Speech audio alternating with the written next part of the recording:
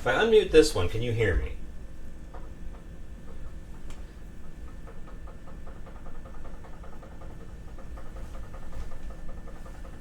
I don't want to unmute this one.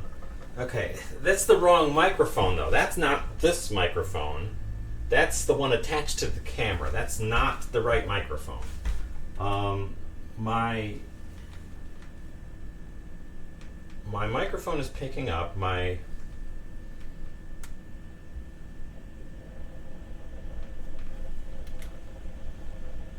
OBS is not receiving. What is the setting? Okay, I haven't changed anything, so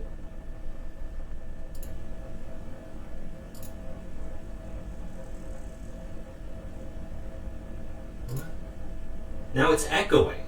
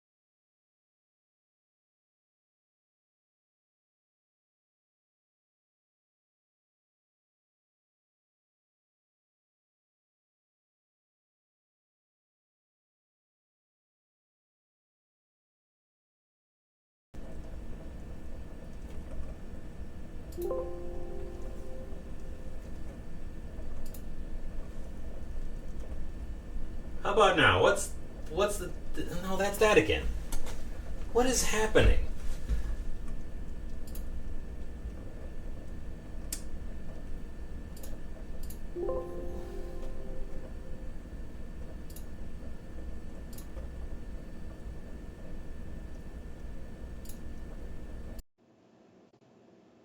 How about now?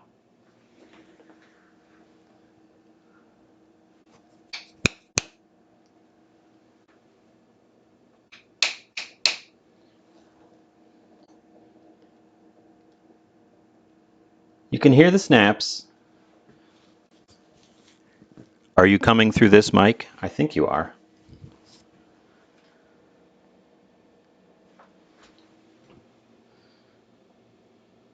Is it too loud? Apparently my OBS completely lost track of this microphone and defaulted to no microphone.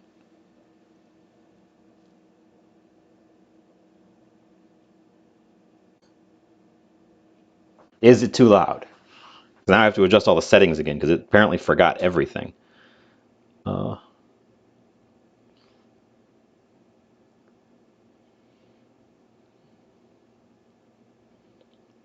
Selena, you're first.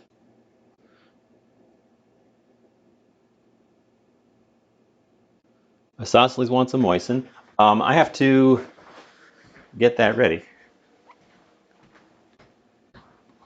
Okay. Well, apparently I was soundless for the first part of this without even realizing it. Why? I didn't update OBS. Why would it lose track of my microphone? It wasn't receiving sound from the because the way this is connected, this isn't connected by Bluetooth. This is connected to a receiver that is just plugged into the microphone slot. That's it. It should be receiving just microphone. As far as the computer knows, it's just a microphone. And therefore it's the default. That was weird, because when you could hear me briefly, it was the microphone that was built into this guy, which is not good for this space. That's why I need a little one to come with me. Anyways, Isosceles wanted a moisten, so let's do that.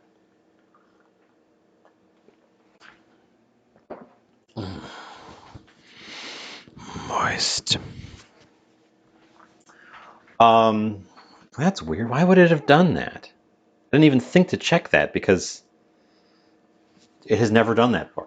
Anyways, that explains why people kept popping in and disappearing when I started. The number kept going up and then back down. Yep, and then back down. Anyways, we are. I guess I have to redo my entire description of what's going on. Since not only was nobody here to hear it, it was all silent.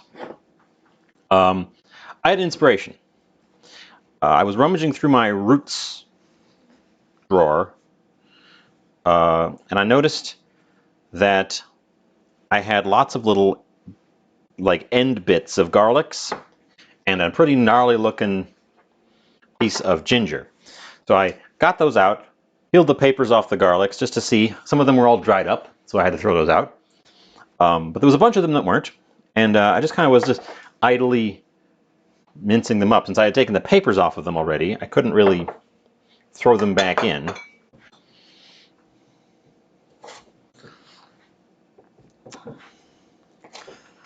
And I was just kind of come up with ideas with what to do with them. And I had an inspiration that I thought was good enough to do here on the show. So I quick organized everything, got myself sorted out, and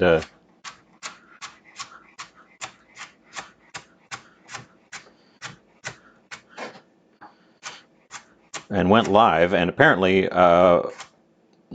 OBS completely lost my audio in a really bizarre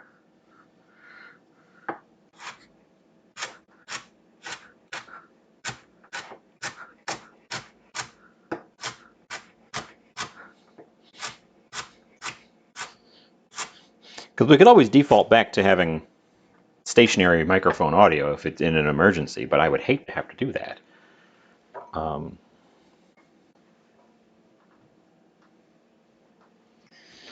Oh, and there's the ad. So yeah, the inspiration is I guess I'll have to talk the whole way through again. I picked up this stuff, Vermont curry, which is not from Vermont. It is from Japan. Product of Japan, right there. But apparently, the Japanese idea of Vermont is apples and honey. And while that makes for a sweet curry, it's not really like sweet. It's still a curry.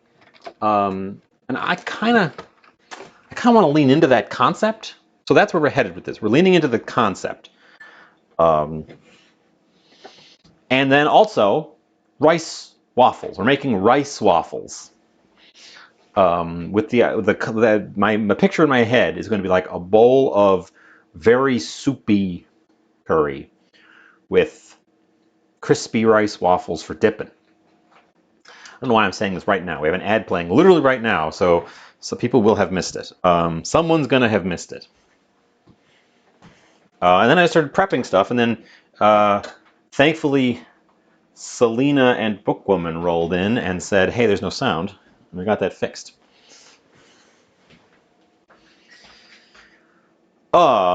So I went and did the grinding, and I went and did all the powders. There was nobody here. Oh well. So in this bowl we have garlic powder, onion powder, ginger powder, and turmeric powder. In this bowl we have coriander, cumin, fennel, allspice, black pepper that were all whole, and I ground them with the power grinder. This is the garlic and ginger that kicked off the whole idea. I just minced up some or diced up some carrots and our 2 colors of onions. And I've got some celery that I'm going to throw in. And that's where we're going to start, is with the... Oh, and we have rice on the go, because I had to get rice on the go. So we rinsed some rice. That must have been weird to watch. No one watched it. I got some slightly floppy celery that we got to use up anyway, so let's throw some in.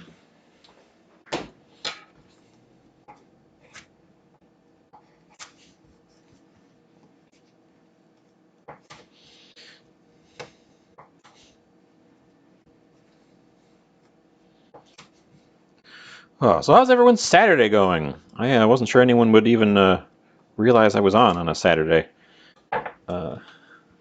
Since it was a literal last moment idea.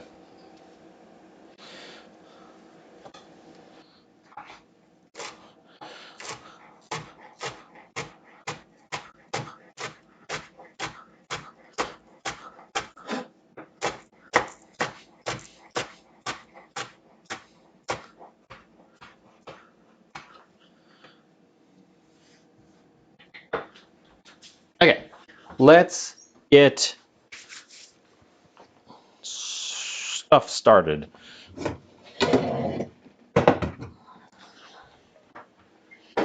On the stove. Pop over there. Boy, if I had... Do I have any coconut oil left? If I had coconut oil, that would be the one to go with. Looks like I do not. We'll have to add that to my list of things. Honsaru, I will admit, I am unfamiliar with those words. Please enlighten me.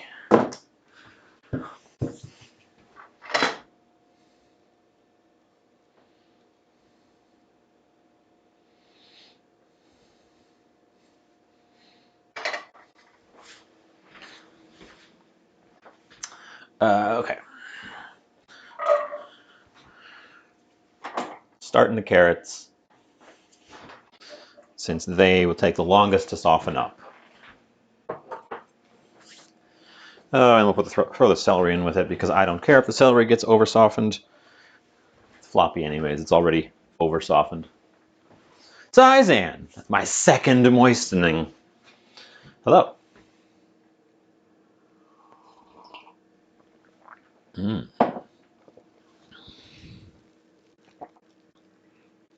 Moist.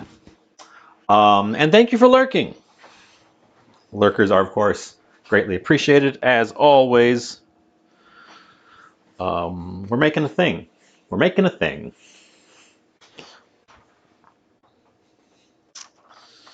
So that's just a bit of oil and our carrots and our celery. I'm going to get them started before I throw the onions in, because I don't want the onions to burn. There's going to be a bunch of liquid in here, so the stuff's all going to kind of boil out. Pork braised in a sweet soy mixture. So you end up with sweet, sticky sauce covering tender meat. That does sound good. It reminds me of... Let me ask you, what kind of pork did you use? Is it those little tiny ribs? Those little like rib ends. I did something like that. I didn't braise it, but with those little rib ends, where it was cooked in the sauce. And it ended up, it wasn't super tender, which kind of disappointed me. And I think yours sounds better because of the tender. Although now I think I would do it with the Magic Pot because I can do a quick pressure braise in that thing. Ribs and belly. I mean, it sounds good. At the minute, my plan looks like it's going to be all veggie.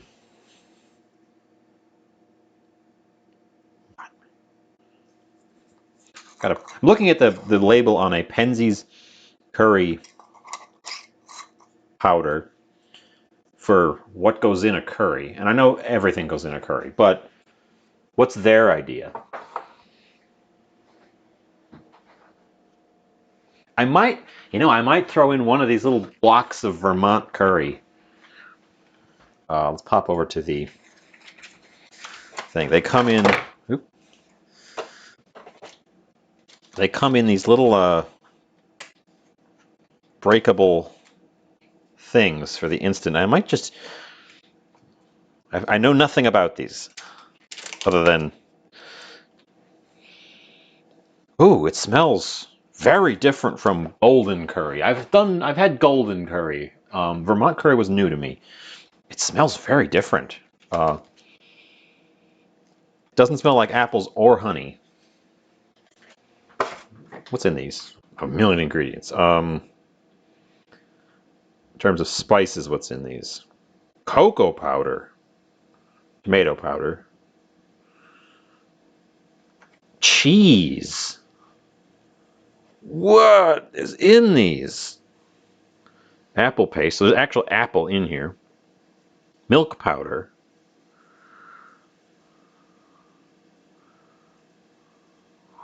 Whoa, unexpected thing. Paprika. Unexpected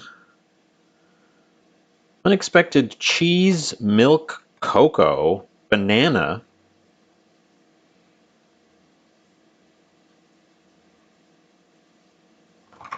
Wow. Okay. Well, I did mention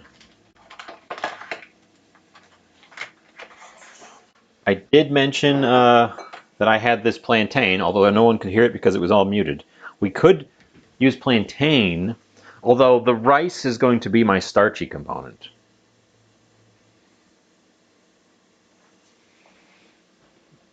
But normally I would put potato in curry and also serve it with rice.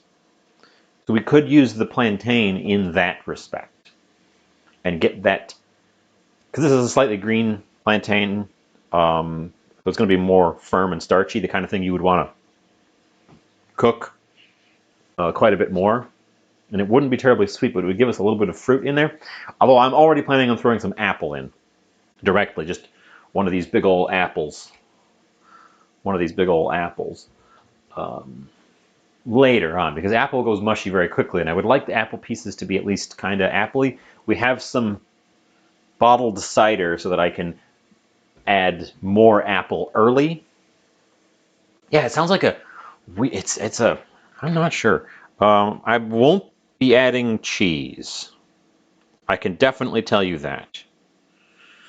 Because I don't have cheese powder, for one thing, which would be the only way I would be confident to add cheese to this without it just turning into a weird sticky mess. Interesting. I should probably have tasted this by itself before going on with the concept, because it's very different than I was expecting. What do you think? Do we throw the plantain in, or do we trust the process? I was also going to say, currently everything in here is just veggies. This is going to be a completely vegan dish at this stage, unless I throw shrimp in. Oh no, it's not, because we're going to have at least one egg in it. So it's already going to be vegetarian with an egg.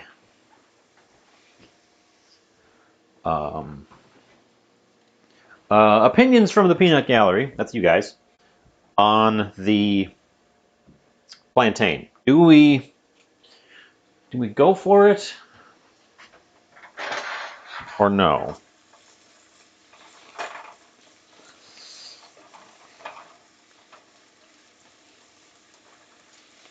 I think our carrots and celery have gotten enough of a head start that I'm going to throw in my onion.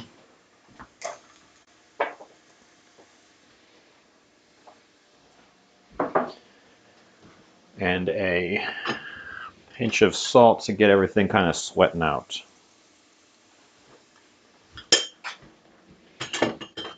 We're going for sweet in general, but not like super sweet.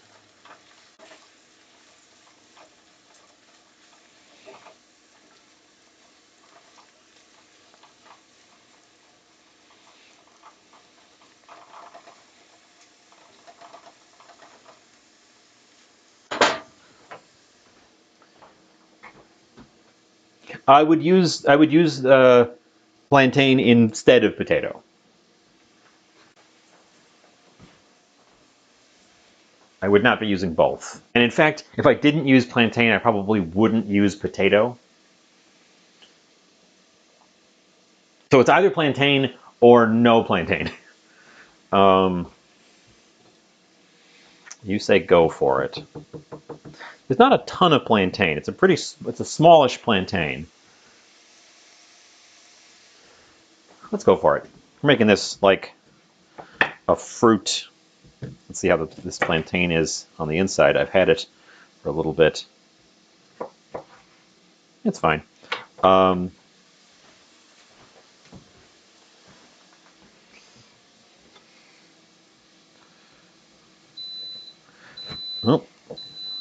no, it is okay. It's a little dark on the end.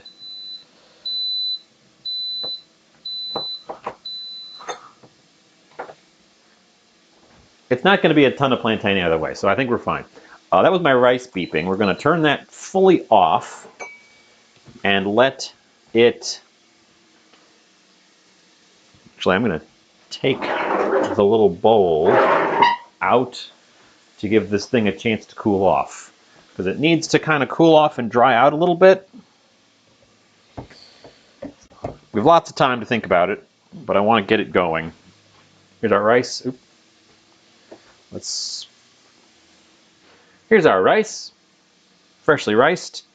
I can see the individual grains, but it is kind of holding its shape. So I think that's what I was shooting for. Just a little bit sticky.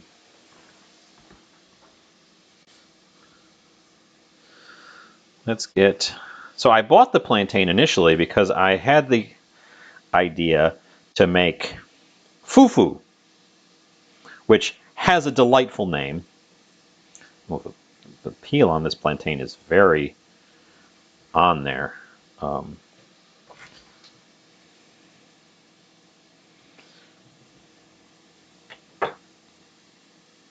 don't know if you're familiar with fufu.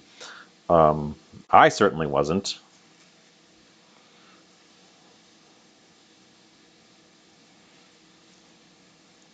This is a slightly green plantain, so getting the peel off is definitely a challenge. I might want to just cut it away. Let's see if this one that I did this way is any easier to get a hold of.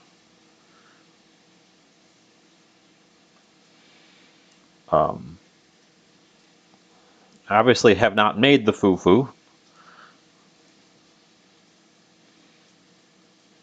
Oh.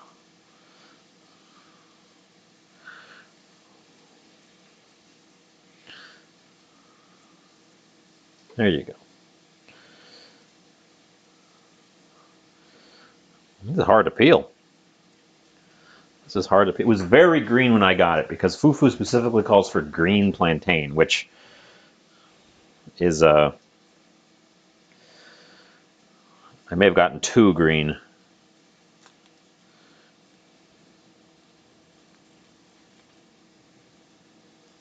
Fufu is a Ghanaian and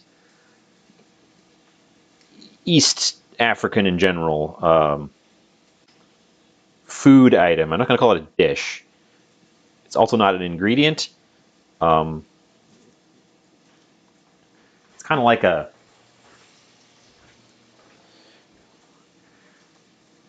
like sandwich bread, but it's a paste.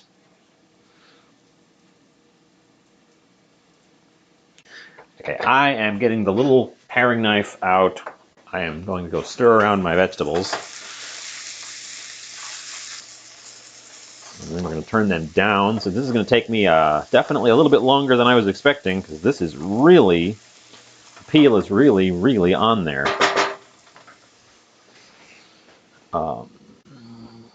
Jay, hello.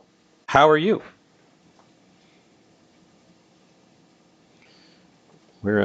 I'm admitting defeat on the peel on this plantain, and we're just going to take it off with a knife.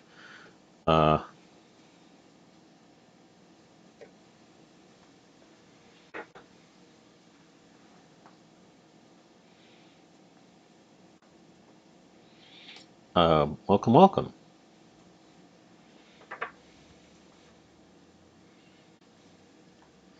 Big vibin'.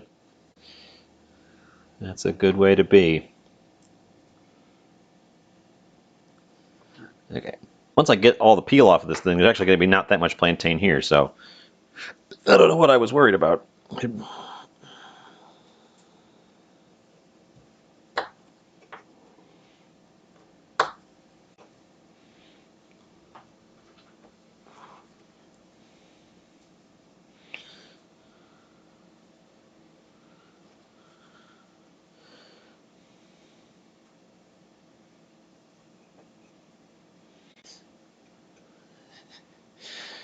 And this right here is why plantain is not caught on globally as a replacement for potato.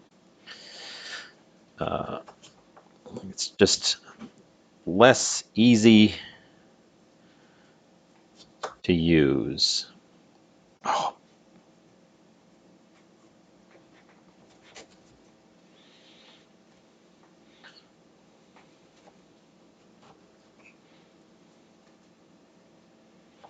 Yeah, I'm rapidly losing patience with the plantain, so we are just going to start hacking this stuff off.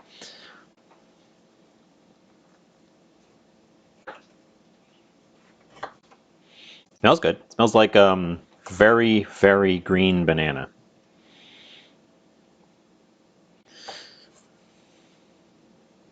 Boy, I'm actually glad I didn't end up making the fufu, because I would have had to have peeled this guy and then boiled it, and I would have wanted more left than I'm ending up with here.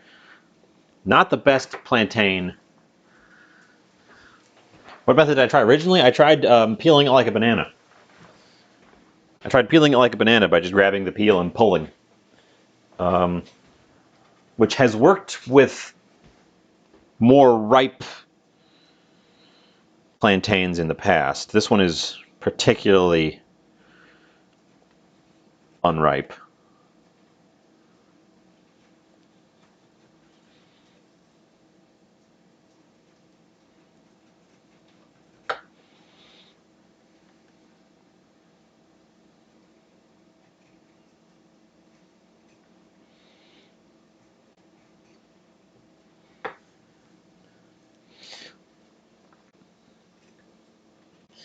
It tastes like banana, but it's starchy rather than sweet, and it tends to be very firm, like a potato.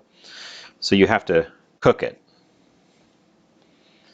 The one I got here was kind of on the small side and kind of on the very, very green side when I picked it up. And I think it may have been picked too early, actually. Very green.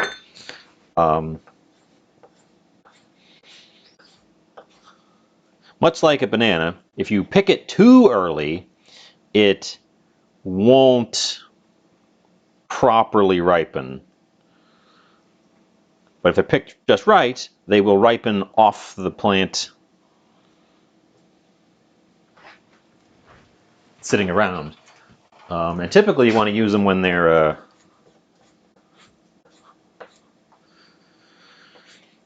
almost entirely black on the outside.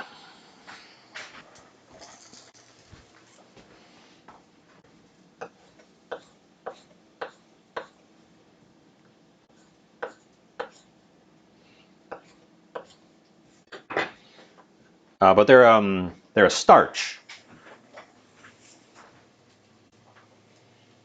Okay, so they're in. My vegetables have gotten a little overdone, but that's fine. We're gonna boil the boil the heck out of them anyways. I would say if you're interested in plantain, don't just get one and start going. They get a recipe that calls for a plantain and go from there, because they aren't super user friendly for just experimenting around.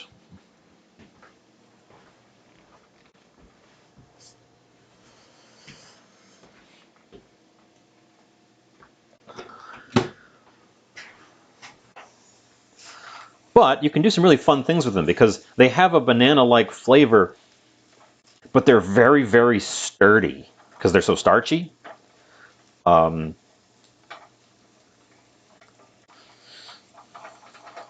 So you can roast them, you can boil them, you can stick them in a stew.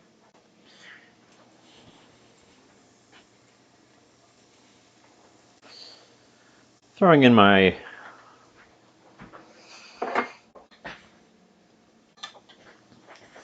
the garlic and ginger that we started off with, my spices, and my garlic and ginger.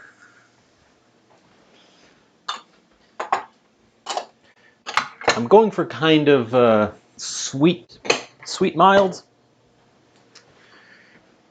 There's black pepper in here, but there so far are no hot peppers in here.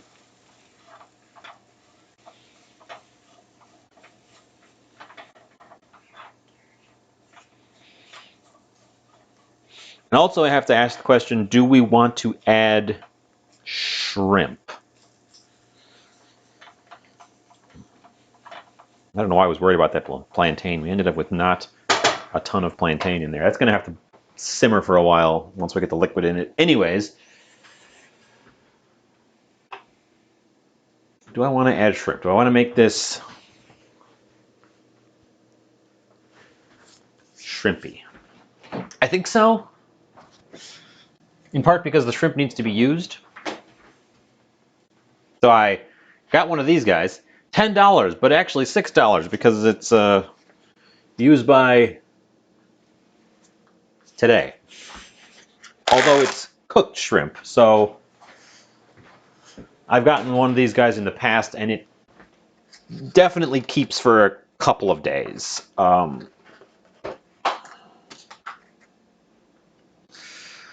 But they're pre-cooked, so we don't need to go in for very long. We're just going to prep them over here. In fact, I probably won't put them in until quite late, but I want to sort of dice them up so that there's little bits throughout. This is also pre-flavored with lemon pepper, so there's going to be a bit of lemon and a bit of pepper added as well. Taste one of these.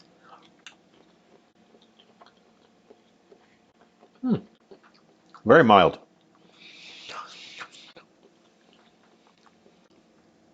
Very mild lemon pepper. That's probably enough shrimps. We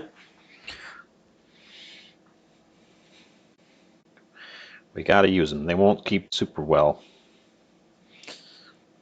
Okay.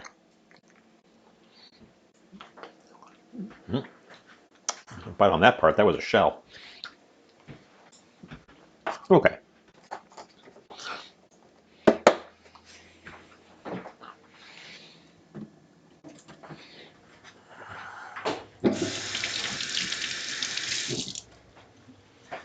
my stuff a stir around.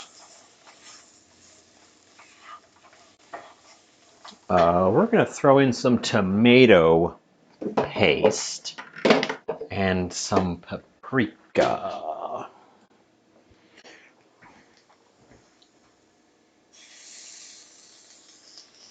For color and flavor.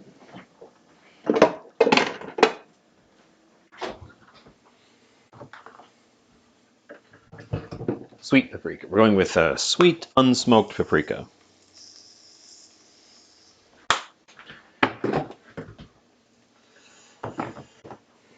And then I think we're getting to the point where we're going to want to deglaze the pan pretty soon.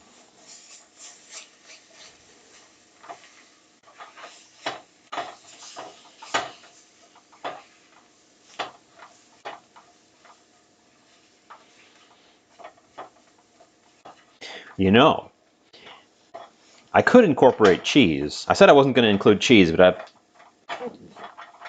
that's for the curry. I could incorporate cheese into the waffles themselves, into the rice waffles, and make it even more like a grilled cheese with a tomato soup type thing. You know?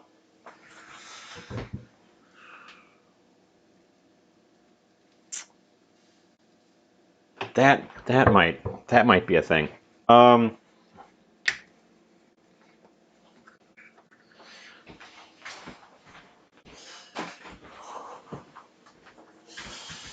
Let's see. I do also want to add the coconut milk. We're gonna use coconut milk.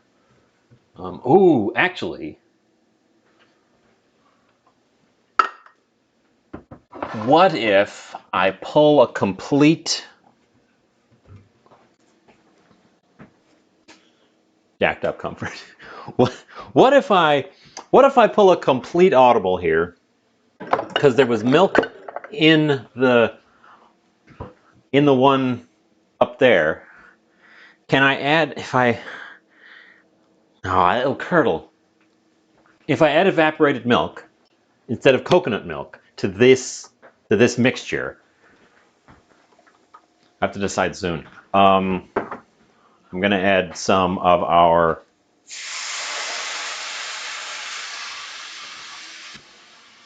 apple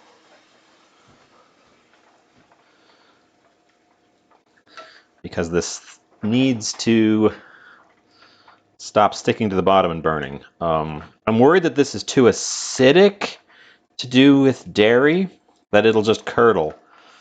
I probably should stick with the coconut.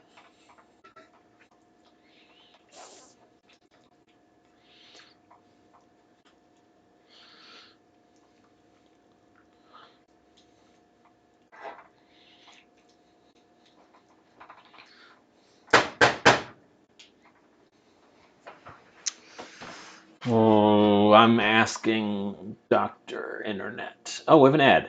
Good time for me to do some Googling.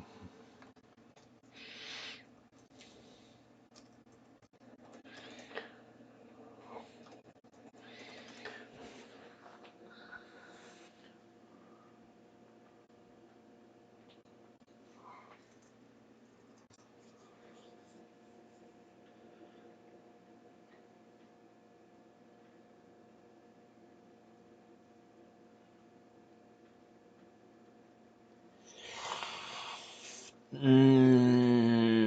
think the answer is maybe.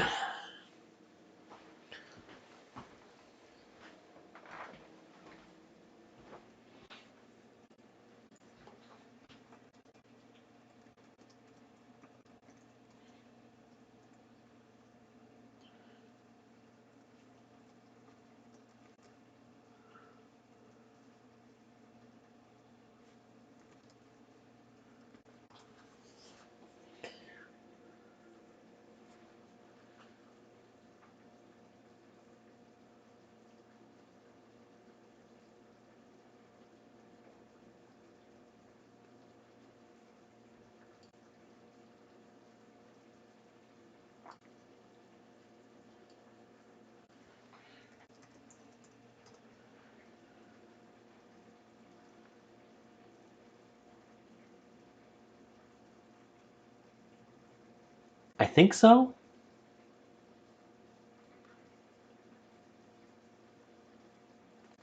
I think so.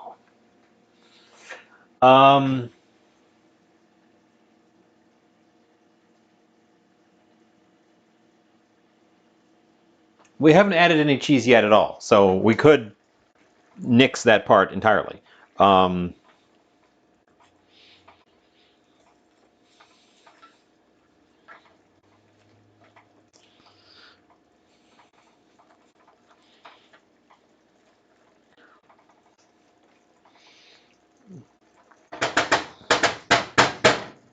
and again, I'm pulling these from literally the box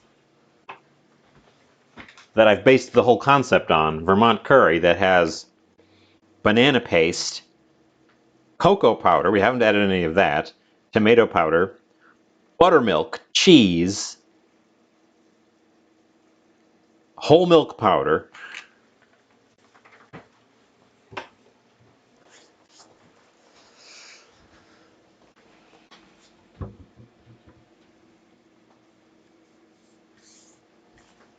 I reduce it. Well, I'm more worried about the amount of acidity between the apples and the tomato paste, but especially because we've added a bunch of apple juice. And we're going to be adding some fresh apple. I'm worried that the acidity will cause the milk to curdle, and we'll get little lumps of milk solids instead of a nice creamy mixture. Um,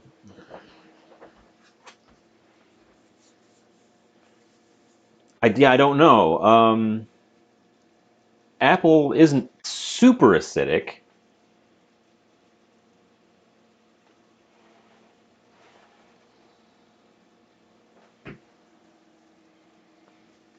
What do you mean I don't know if Vermont curry works?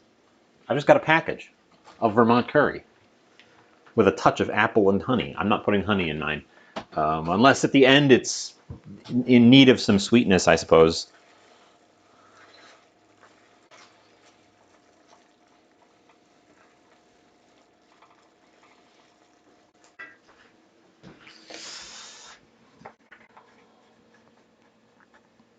I don't think wine is super acidic either, is the thing.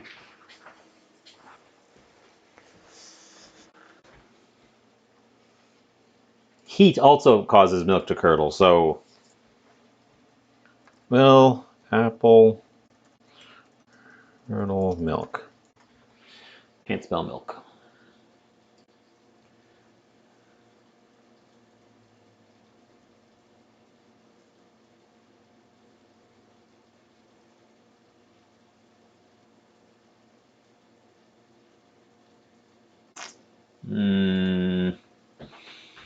I have not tasted that one, no. Um, but it's a popular brand in Japan, so it must have some merit. I am concerned about the curdling and I don't want to risk it, so we're going with coconut milk because it is an old standby and I know that it works.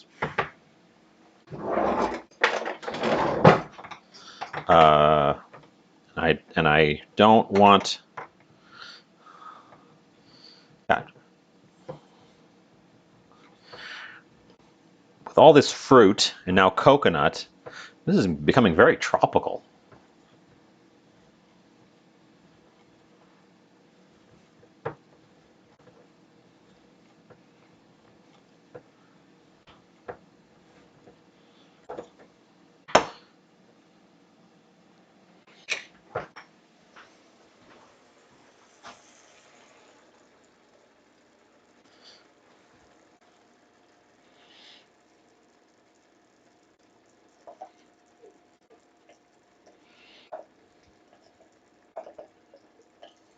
This is a very thick coconut milk as well. Wow.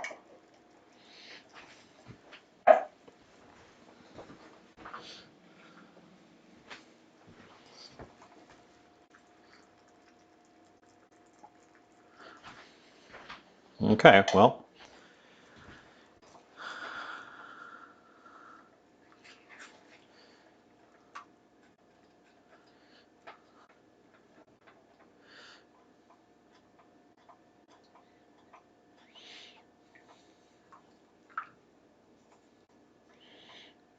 Now we get to the point where I will start tasting and modifying and tasting and modifying.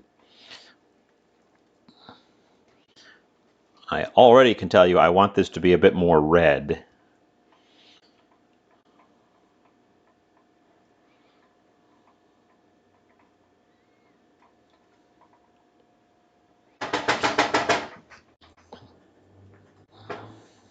And I don't think adding food coloring is the right idea. Let's get out a taster spoon. That was some very thick coconut milk.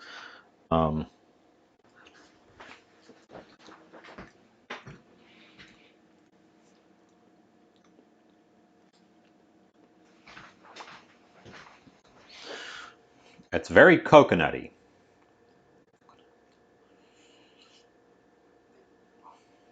I think that coconut may have had some coconut flavoring in it to enhance the coconutiness. So we're going to add probably a little bit of a bunch of stuff. But we also need to definitely let this simmer so that it can extract those flavors. It's always going to taste very coconutty right away when you put the coconut in, because it takes a bit of time for the flavors to extract from the coconut, or from the stuff into the coconut. But I'm adding some red things because I can. That's something that for sure. Oh, I know. For sure, we want it to be more red. It is, yes, kind of mustardy.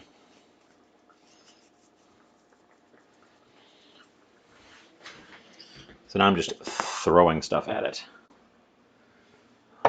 Yes, I've added some smoked paprika, some more tomato paste. I might give it, depending on how curry forward it becomes, we might want to give it some of this, which is a pre-made curry mix that I can use to enhance the homemade blend that I put in there. It needs to simmer and reduce, of course.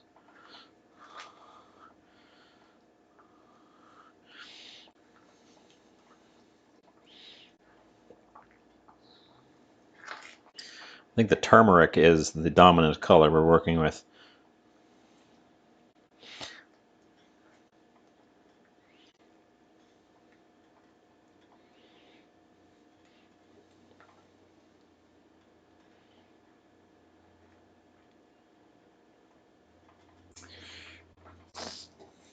I added those red spices and it made it a slightly darker orange. Honestly, it smells very coconutty as well. I'm concerned that coconut milk, I'm concerned that may have been a cheap coconut milk for a reason.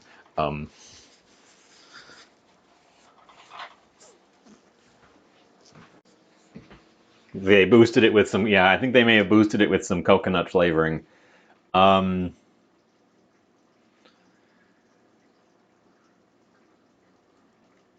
Well, I can just throw stuff at this as needed.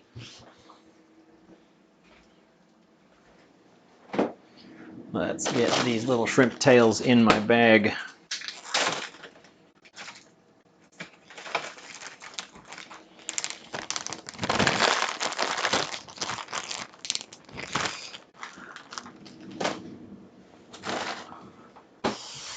Well, I mean, sometimes best laid plans and all that.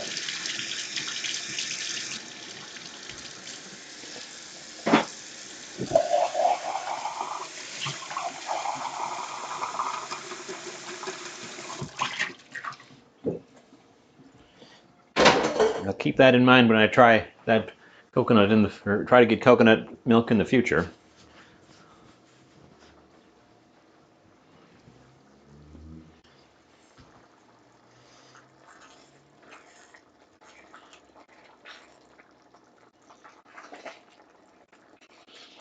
But as I said, we will let the extract the flavors from our spices and stuff before we go too nuts with it. I also have some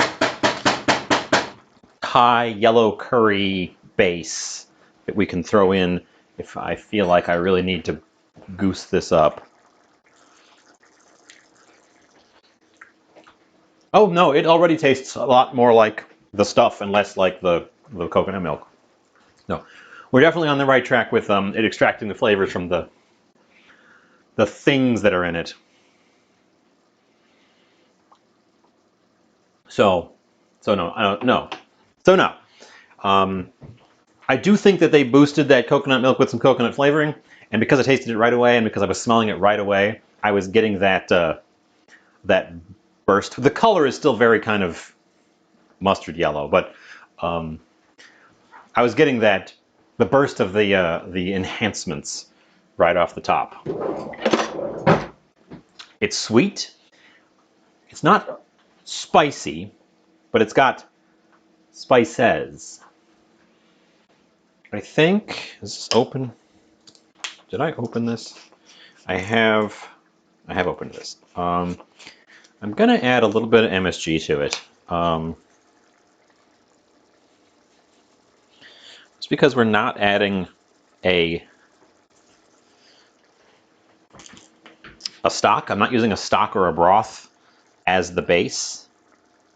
I'm using apple cider.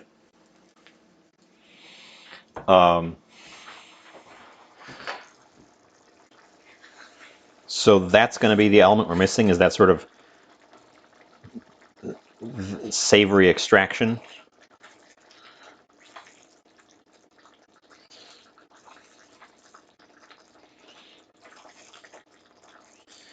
I still think it probably needs, you know what it needs? It needs some spice. I didn't put any hot peppers in it at all.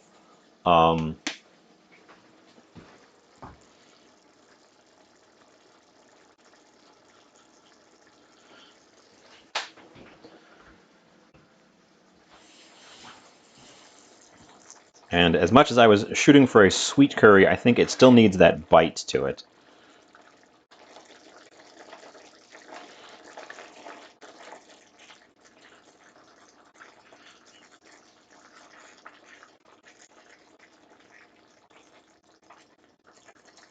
Okay. Turn that down just a little bit to maybe slow down the bubbles. And I think we let it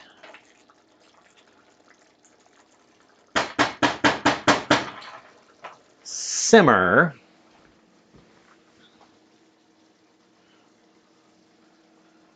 See, I want to put an apple. I got two. Okay, I have two kinds of apples, and we have to decide which one I want. I have a Honeycrisp, which is not a cooking apple, but I'm not a huge fan of these. They were super on sale, so I grabbed one. I also have Rayburn, which is also not typically a cooking apple.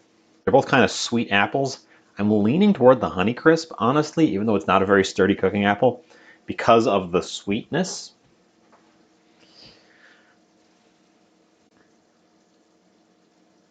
But those are my choices of apple, because we are adding some fresh apple to this. Wish I had the. I wish this was more red. I wish I had something that was more red that I could add to this. Trust my gut. My gut says use the Honeycrisp because I don't really want to eat the Honeycrisp. Because I'm not a big fan of Honeycrisp.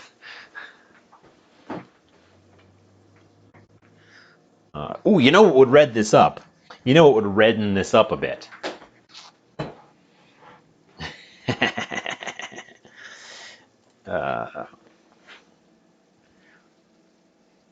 This stuff. This stuff adds some serious red when you throw it in. And it's not as spicy as it sounds.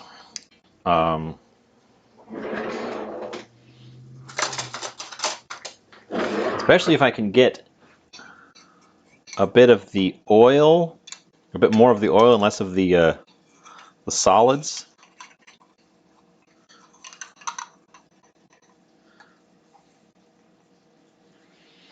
I think we can, I think if I put a dollop in, it'll help. Now, I don't want to go overboard with it in terms of amount, even though it's a very nice flavor. I don't want to ruin the flavor of my curry. So let's see how much that infuses. Well, that's not doing as much as I thought it was going to. The color is very stubborn. Oh well, now there are little bits of that in here as well. Huh, weird, because I've added the same stuff to other things, and they go pretty red pretty fast. Well, other than red food coloring, I don't know that I have anything else that'll really jump this thing's color. Let's not boil my spatula directly in the pot. Okay. Let's see, we put away the rice cooker. I don't need it now.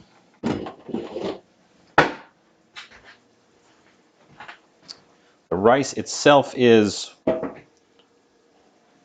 little bit dried out and warm.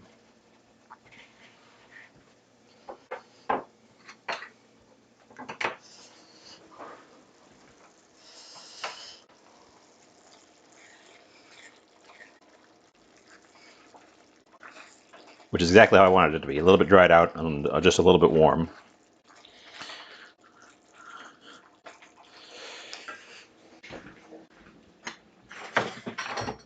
So let's pull out a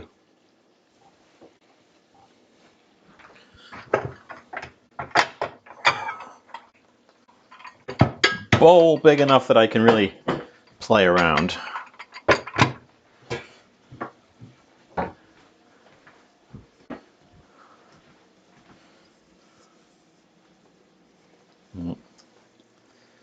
We are slightly stuck in the pot.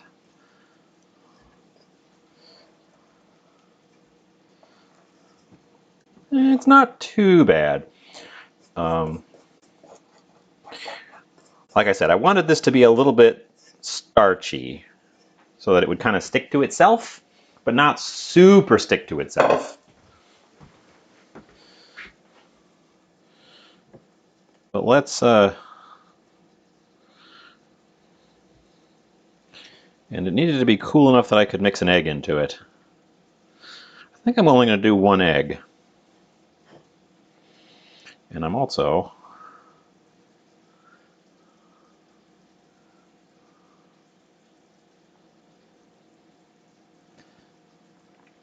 going to regret having done that with my hands, because they are covered in little rice stickies now.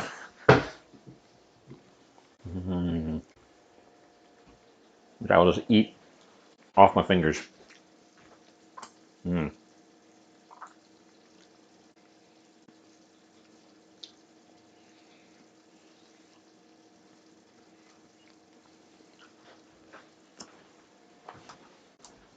Gross. If you're serving this to people, skip this step and wash your hands instead. If you're serving it to yourself, go ahead and lick your fingers. Oh, you thought we had rice flour. No, no.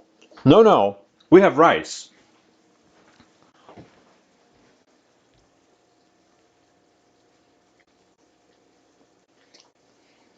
All right. We have just, you know, the OG rice. Get that starch off my hands.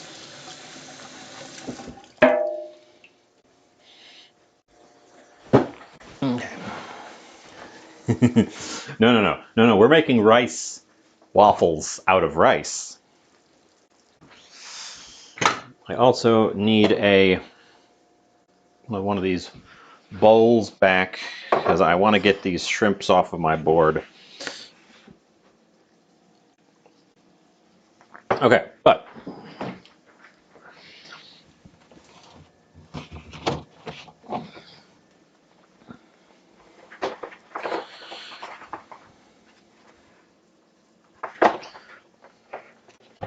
we shouldn't need very much egg.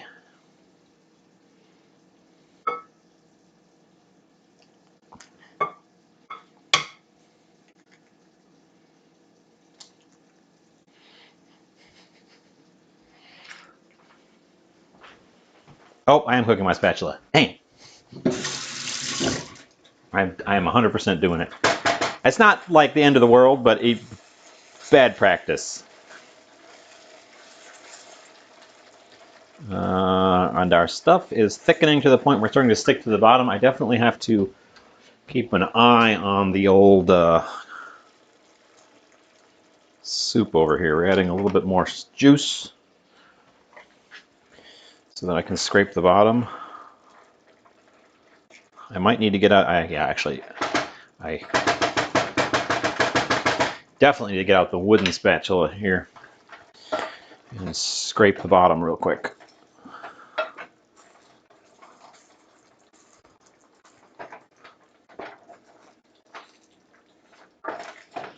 We had a slight stickage, and I'm gonna turn the temperature down just a bit as a result. Nope, there's the stickage right there. You can hardly see it because it's on a very small screen, but okay. There it is. You can see the bits that I scraped off the bottom floating around at the top. Let's get back to our egg.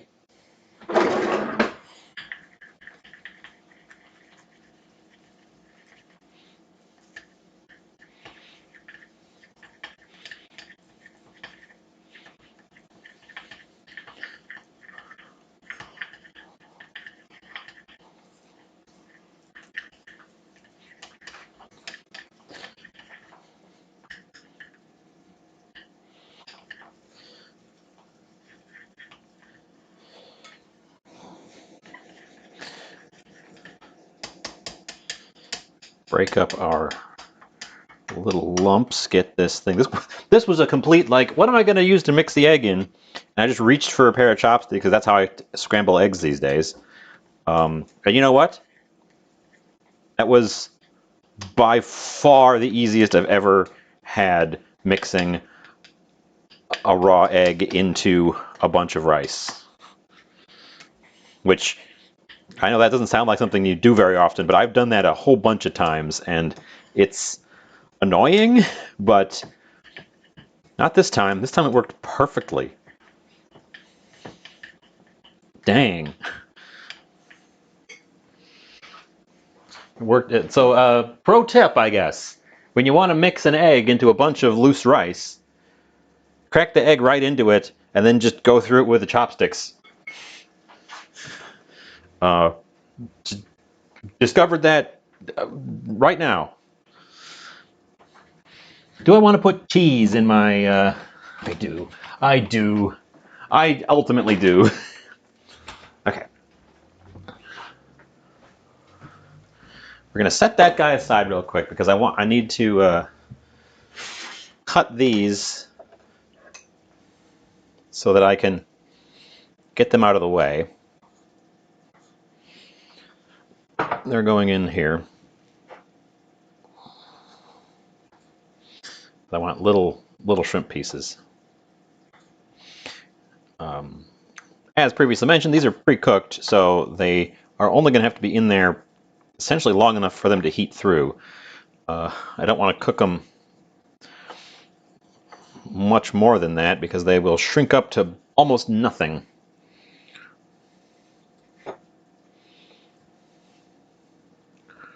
And they're already on the small side. I wish, because these are pre-flavored, pre-cooked shrimp.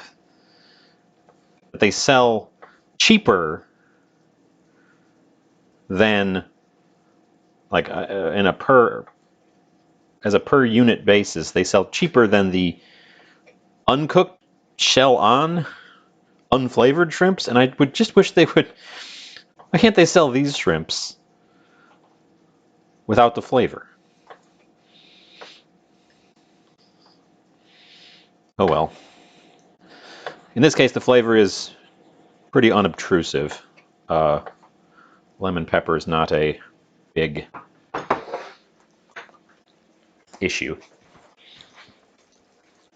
We also need the apple, which I am going to wipe off my board real quick. The apple does need to cook just a smidgen.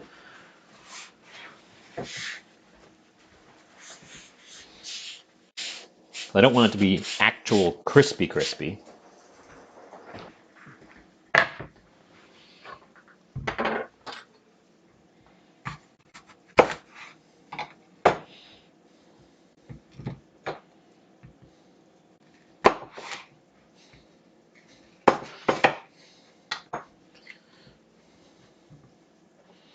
Okay, and then we take the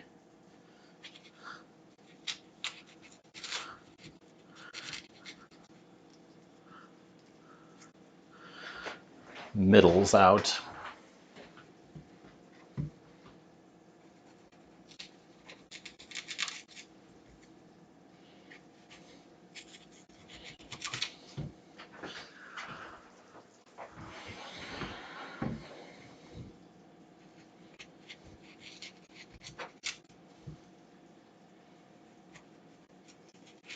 And we leave the skins on because, why not? Let me throw a piece of apple on the floor, because why not?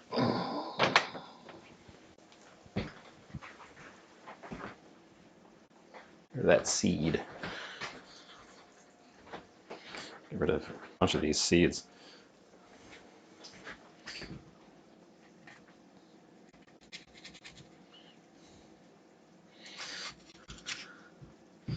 Okay. Okay.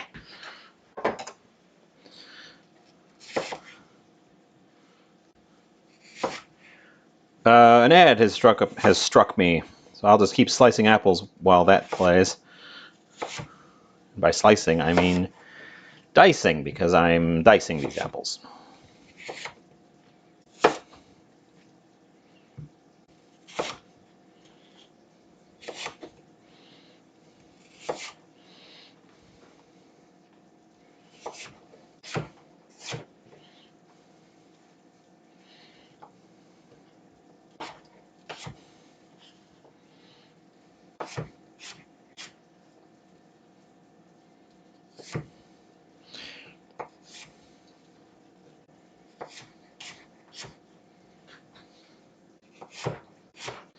Oh, okay.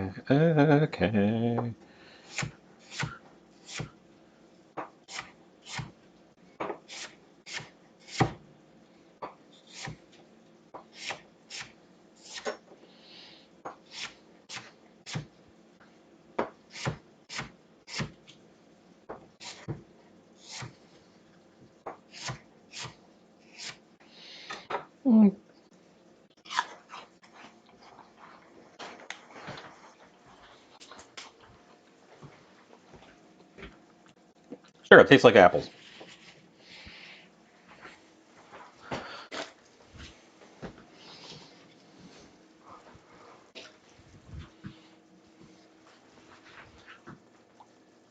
Throw all that in there, stir it in. They will break down as it boils.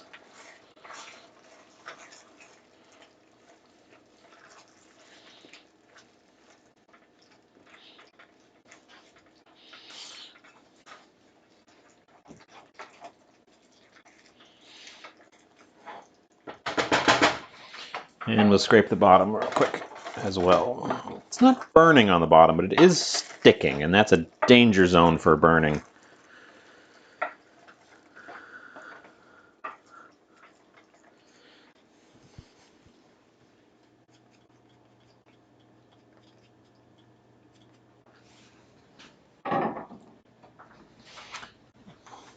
give it another little splash, just to loosen it up.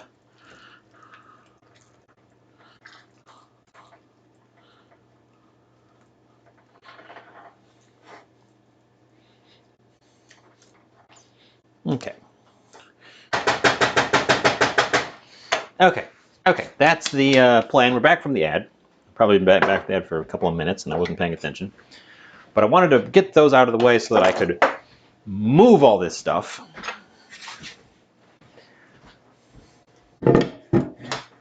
away so that we could get the old waffle machine hooked up. And by old, I mean new. The new waffle machine.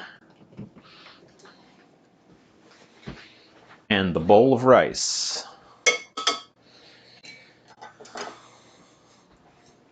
Sounds like an unpopular kids book. The waffle machine and the bowl of rice.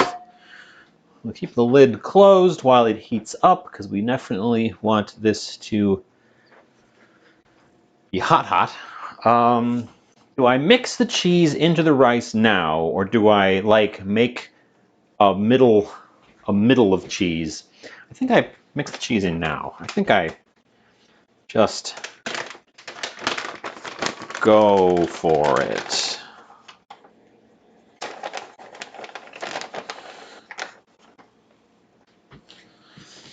Drop some cheese on the floor. Snack on that. Always keep the floor of your kitchen clean so that when you drop stuff, you can just snack on it. Not that cheese.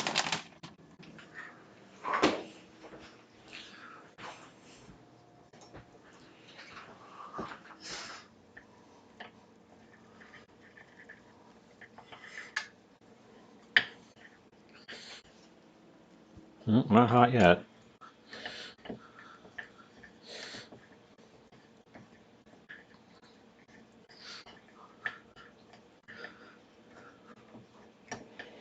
Okay, this is going to be weird.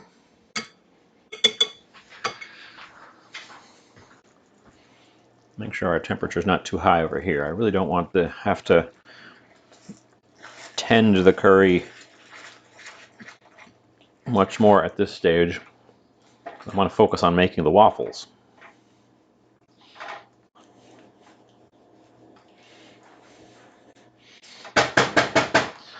What I should do is put the lid on it so that it doesn't reduce anymore and just kind of keeps going. And we need a plate to catch the waffles as they come off of the maker.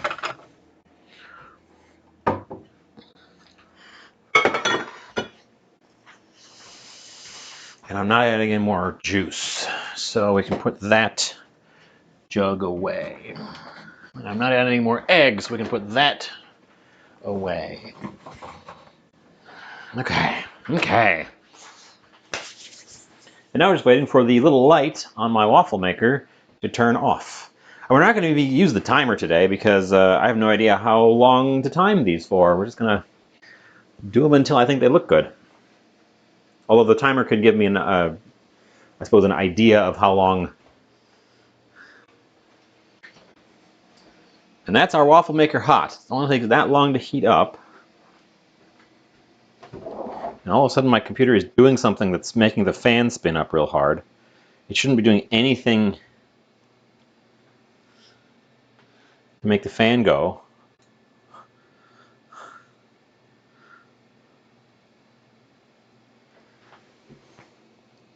Oh my god.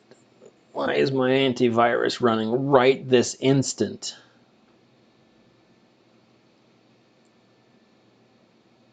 Ugh. I hate automatic stuff like that.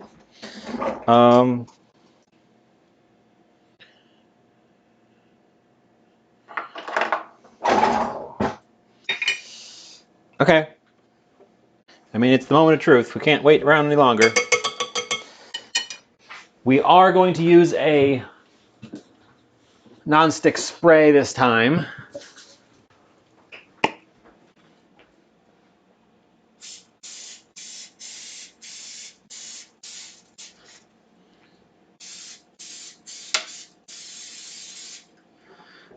Because I think this is going to be a very sticky thing.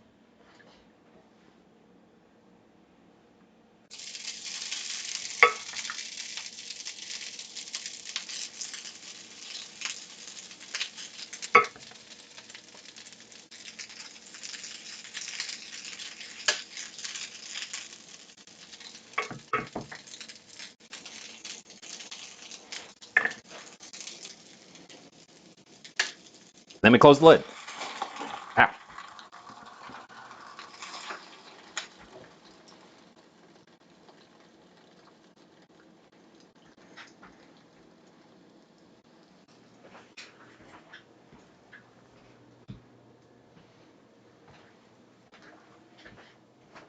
then I suppose we flip it, because that's what it's for, so that we can do both sides.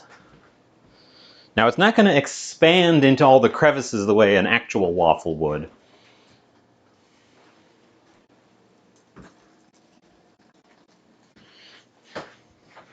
I really have no idea how long we should have it in there.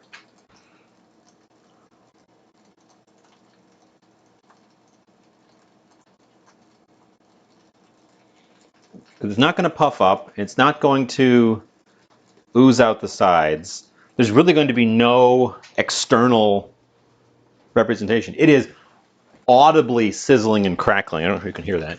Can you hear the audible sizzling and crackling? That's not normal for a waffle machine. But I suppose that's because there's rice and cheese in there.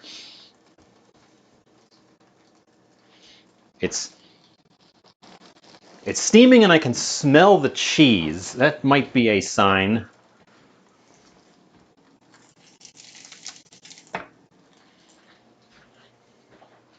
I took a peek at it. It's forming the shape, but it really needs some more time.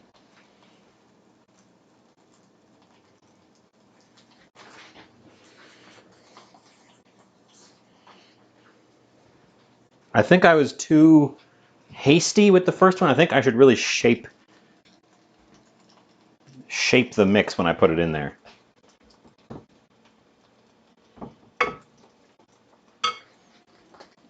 Well, it's the first time I've ever used the waffle maker for a non-waffle purpose.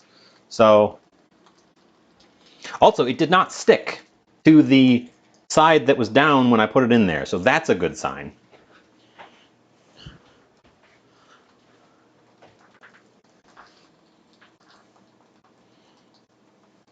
We're getting a lot of steam. I bet you this would work better with day-old rice, the same way that you do with fried rice, where it kind of dries out as it's sitting around.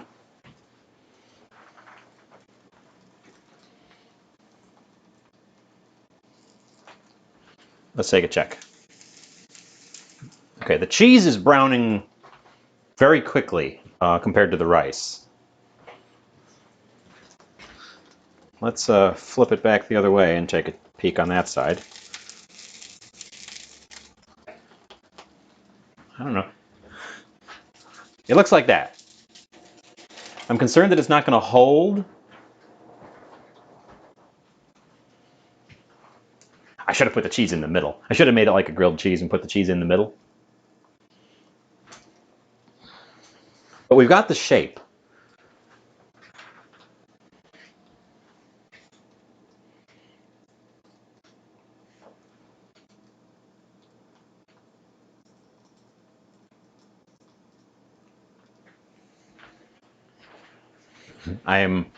I'm a little concerned about getting it out of there.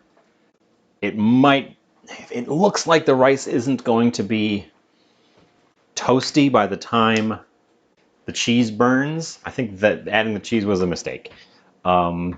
Which of course I should have tested it with just plain rice and then tried it with cheese as a second one instead of going whole hog right from the start.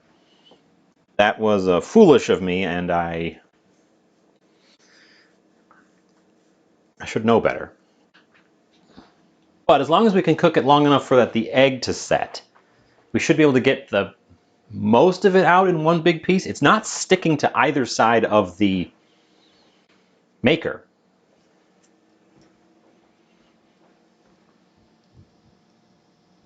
I'm smelling the steam, because if it starts to smell like burning, then I'm going to definitely take it out immediately. So far it just smells like hot cheese. The ricey wetness might, maybe, but I'm also concerned that the ricey wetness might cause the rice to not brown in the time it takes the cheese to burn. I guess we'll find out. There was always going to be a lot of steam because the rice was pretty wet. In fact, watching the steam, it's declining, which might be a good sign that we've gotten through most of the moisture in the rice. Honestly, the cheese, it doesn't look like it's burning on the top part. I suppose I should check both sides. Thank goodness for this handy handle. That's what it looks like. I obviously didn't fill it out properly. And our cheese is very inconsistent.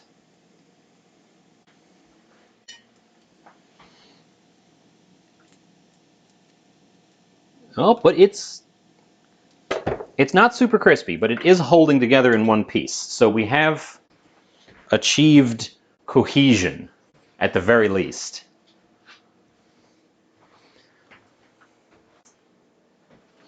But also, yeah, it doesn't look like the cheese is burning, so we can probably just let this go. I underfilled, because you underfill a waffle iron when you're making waffles, because the waffle stuff expands. So I slightly underfilled this, and then I closed it, and then I immediately said it's not going to expand like waffle.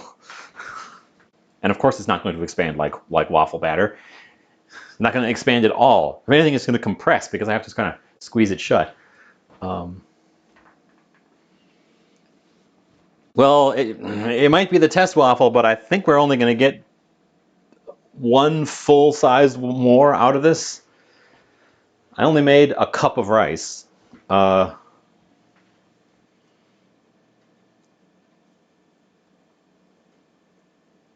We are very low on steam now,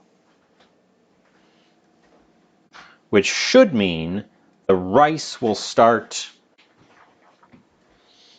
toasting more. It's an experiment.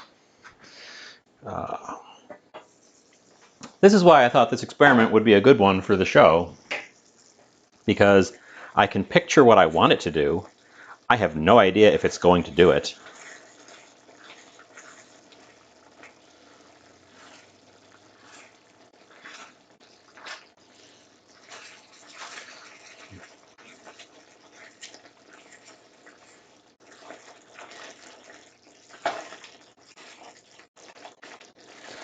But evidently it doesn't need me to do it really quickly, so I am going to keep tending the curry over here and making sure we don't stick to the bottom too badly.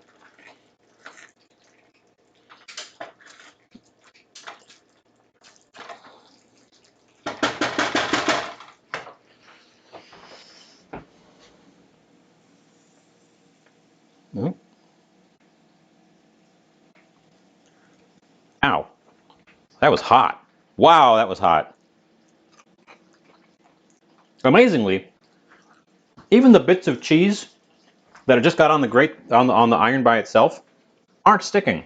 We have a great degree of non-stickness happening, which has me pumped for future experiments with this thing. If cheese isn't sticking to it, we can go crazy, I think.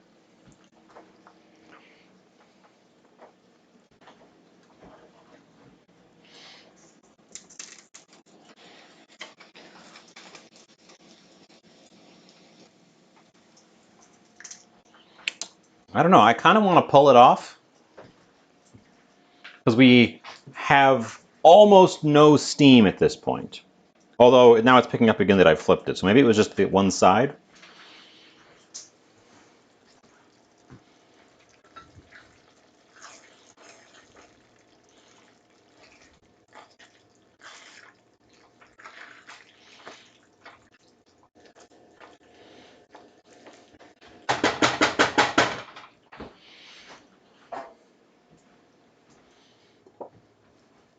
But man, if cheese doesn't stick to this thing, then I could do like a pizza in here. I could do macaroni and cheese waffles and not worry about having to peel it off the side. I wonder how sugar will probably stick to this. But I wonder how badly. Because those are the two things that are really hard to do in a pan is sugar and cheese. They both really want to stick very, very quickly. If you're making like cheese Krispies, you usually use a silicone mat and put it in the oven because then you can peel the mat away from the cheese and it won't stick. Because if you try to do it on anything else, it just glues it down. So I'm impressed that the cheese isn't sticking here. It's taking a lot longer than I think I had hoped. What do you think? Should we pull that guy? He's got brown bits, but I think all the brown bits are just from the cheese. Well, no, some of them aren't. They're little thin spots in the middles there that are browning on their own, not cheese related. Getting this guy out of here is going to be a little bit of a trick because I didn't give myself a good place to grab it. Oh, no, actually, it came out great. It came out great. Let's tidy it up real quick. Oh God, even just little bits of cheese aren't sticking.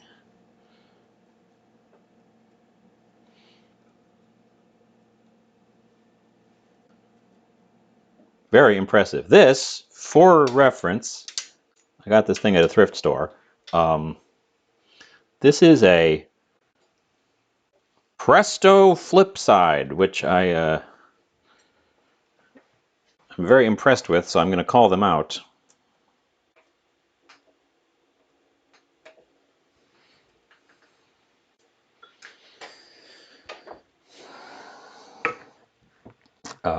We also don't need to do this really fast.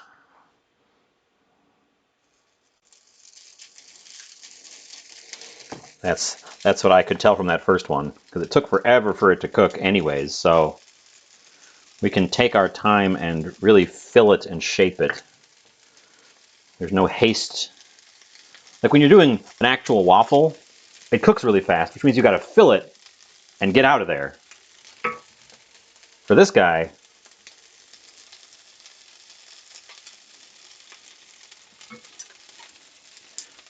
not so much.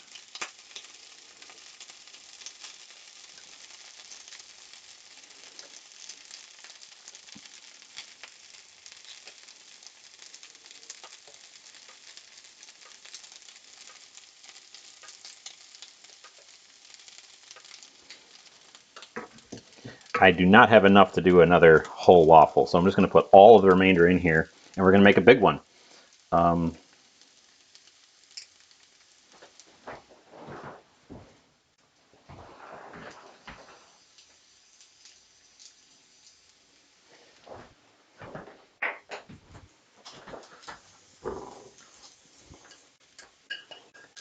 It doesn't expand at all, so we can just fill it to exactly the size we want.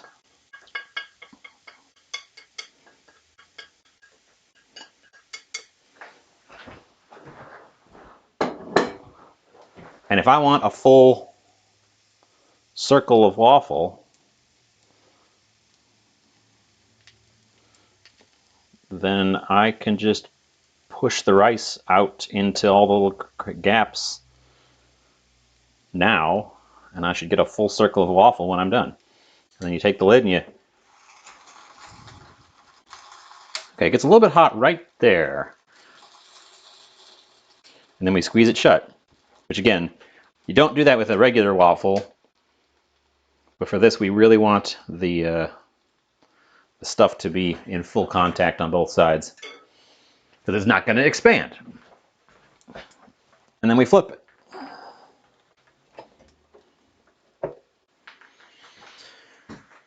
Okay, well, that's good. Okay, we're only going to get 2 out of this.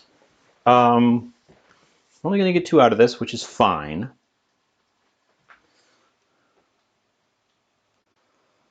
Let's pop back over and give my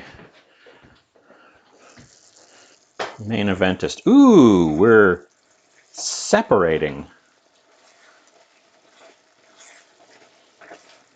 a little bit over here. We're having some red oil floating to the top. I wonder if that means I'm overcooking it.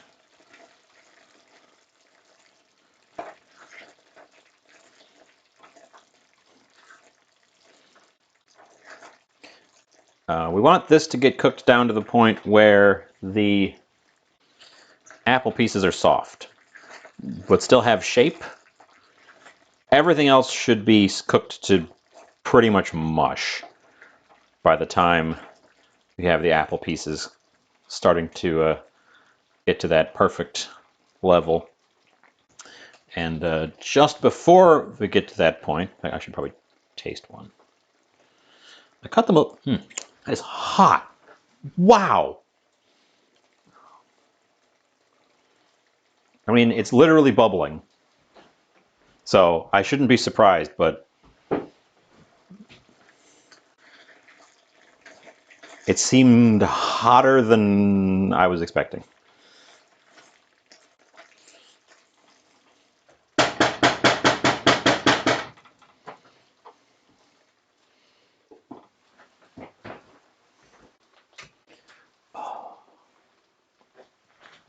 Where's my chopsticks? I should taste the sauce part too before it's too late to add anything to it, but I want to test the apples for consistency.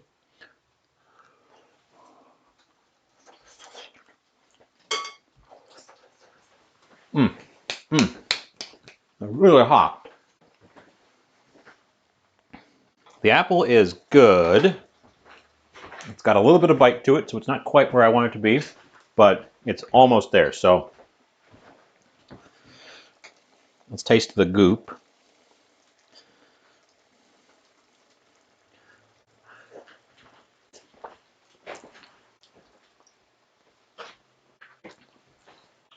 Oh, it's sweet and spiced. Ooh, the sweetness is very present, but not cloying. It is a little thick, actually, and I don't want to add any more cider to it, so I'm just going to give it a little dash of plain old water, because I wanted it to be a little bit on the soupier side, and I think we over thickened it. So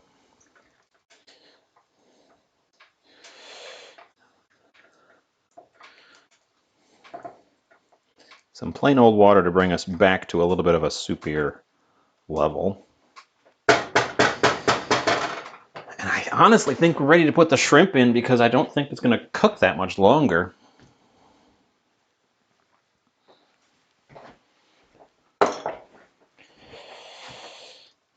We'll stir the shrimp through. Oh, you know what it could use? You know, I was worried about the acidity when we were talking about when I was talking about using milk. You know what it needs is a little bit more acidity. I'm going to give it just a dash of lemon. It's about that much.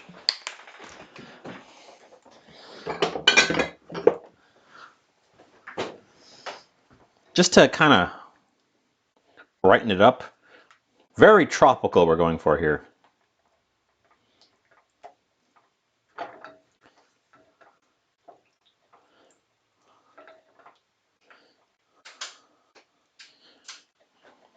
We've also made a mess. There's little orange spatters everywhere. Let's pop back over here.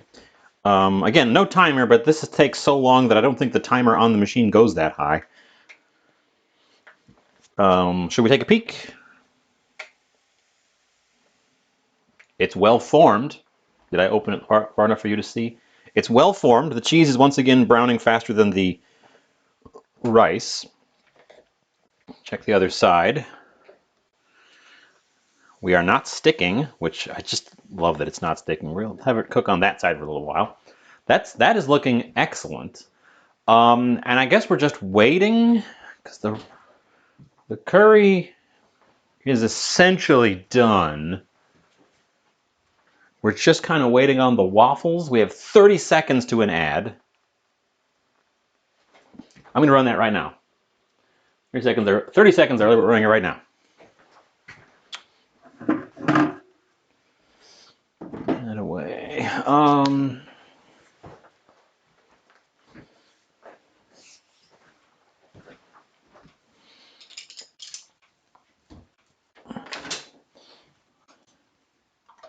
The color on our curry has darkened a bit as well. It's less mustardy and more of a brick orange now, like an ochre.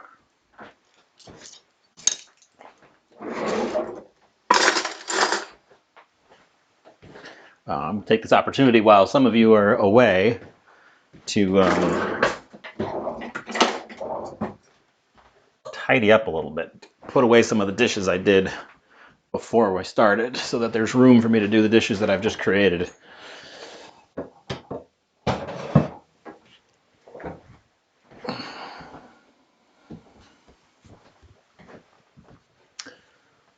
As long as we're on an ad, perfect time for it.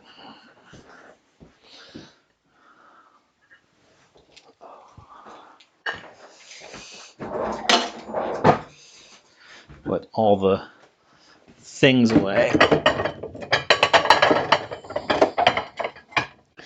I think we're going to use. The black bowl because it'll contrast well with our the colors of the food today.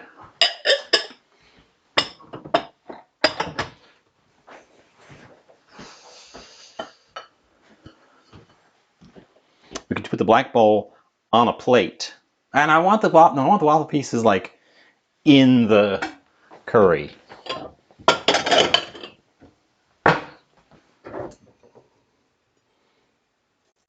Ooh, the waffle piece has a bit of a crisp to it.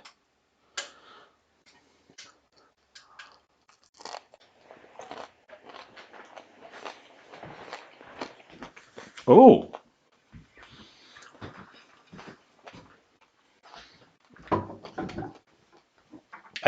I did just take a bite of the waffle that we did already. It's crunchy, like it's crunchy and chewy.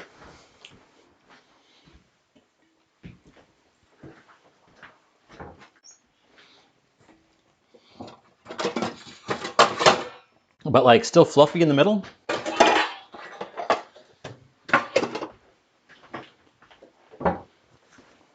And no part of it tastes burnt, so I think we nailed that. I think you might be right about the moisture of the rice preventing things from burning, just because the interior of the waffle iron becomes so steamy.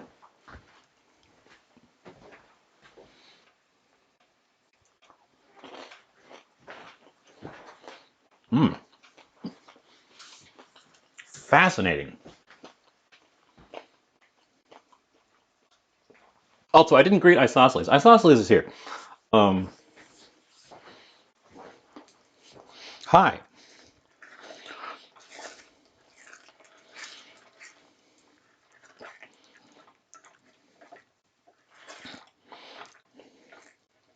Isosceles was the one who said, about the steamy rice protecting the cheese, and about the curry breaking over here, which I think adding the water to it, I think it was just too dehydrated. And Ryuya's here. Well, this was our tester. It's a little irregular because, of course, it didn't expand, so I didn't fill it up. But we can take a sneak peek at the one we're working on now, which is a nice full waffle.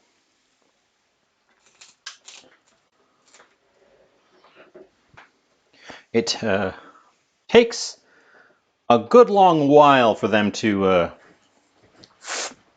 firm up. And I have added some cheese, which is the part that's going very brown very quickly.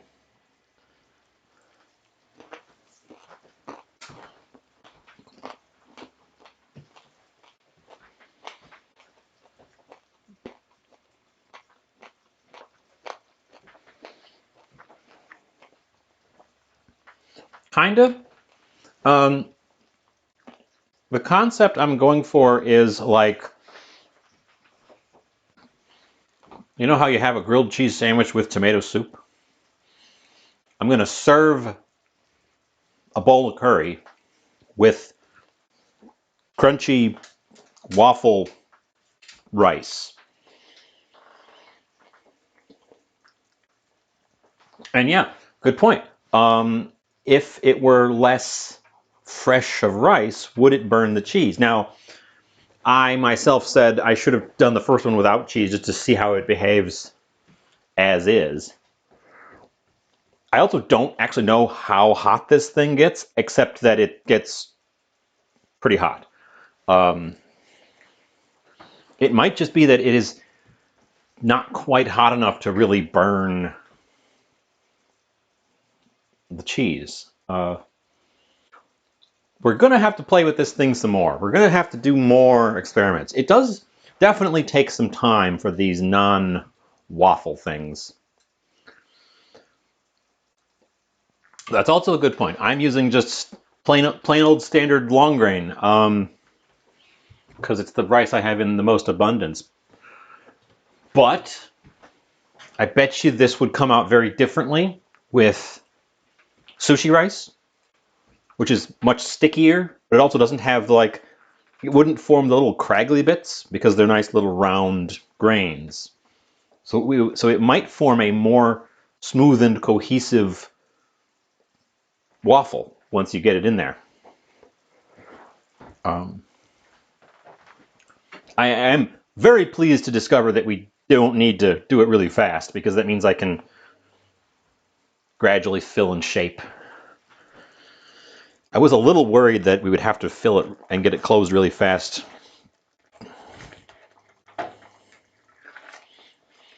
On the other side of the kitchen, our sweet apple curry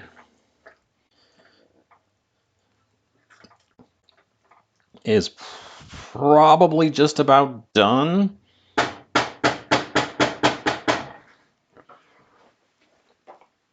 I'm actually going to turn it completely off and put the lid on it to hold it. But yeah, there's definitely some room to experiment. I also thought about doing a layer of rice on the grills, and then cheese, and then another layer of rice, which I think you could do with dough. If you rolled out a piece of dough about the size of your iron here, if you made a little calzone, it was about that was this big, and had your fillings in the middle.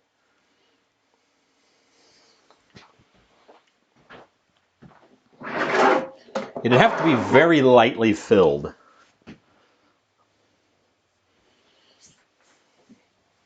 But from our current experiment, you wouldn't have to worry about it staying really well contained because the cheese isn't sticking to the grills.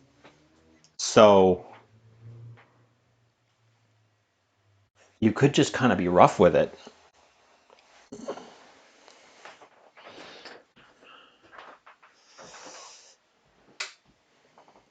That might be worth doing an experiment on. I don't know how long that would take. Maybe I should just set aside a whole day to just do waffle iron experiments. Our waffle's looking pretty good. From our first one, my measure of the steam,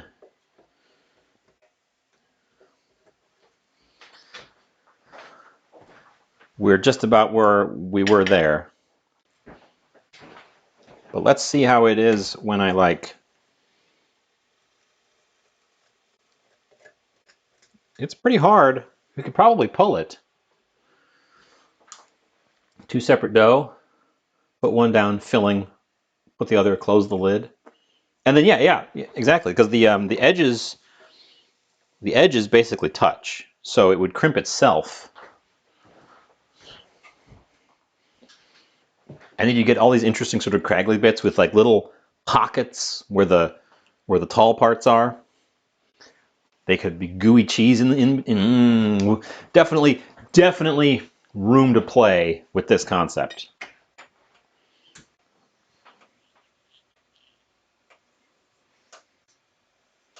But I would say this one looks just about ready. Although when I flipped it again, we're getting more steam. So I'm going to wait for that steam to subside, and then I'm going to pull it. But when I scraped the chopsticks over it, it feels very dry and crusty on the surface, which is good. That's what we're going for. I did put an egg in here just to ensure that it would bind. But now I'm wondering if the rice is starchy enough, like if I did sushi rice, if it would just bind on its own.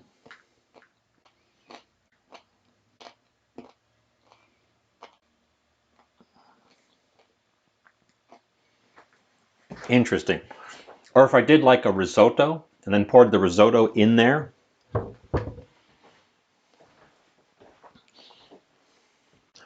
I also want to do hash browns in this thing at some point.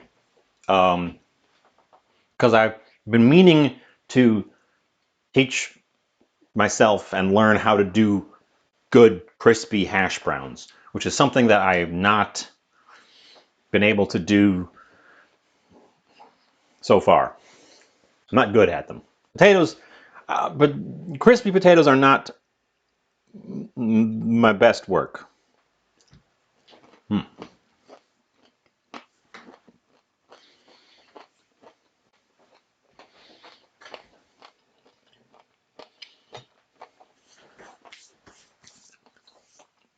Okay. The steam has died down once again, so I think that we just call it good. Unplug it.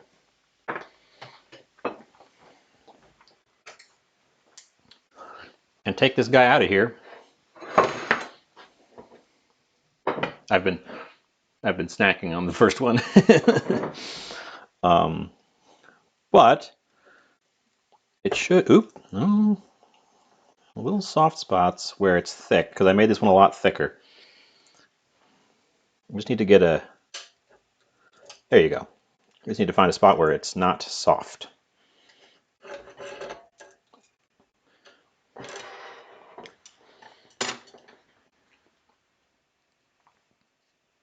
No, it just needs to be crusty enough that it kind of binds. This thing should sit open to cool off. So I'm going to move it out to the table here, just so that it can vent with it open without me having to work around it. So there's the first one, which worked, and then I snacked on it a bit. And then here's the second one, which we got a nice shape for. It smells like toasted cheese. Like, I knew it was going to smell like toasted cheese, but man, does it smell like specifically toasted cheese. Bookwoman had no faith in the waffles. vote of negative confidence from Bookwoman. I appreciate it.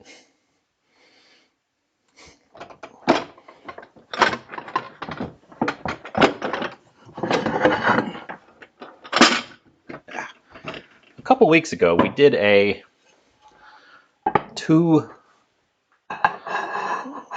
two-plate thing. I think I want to do that again.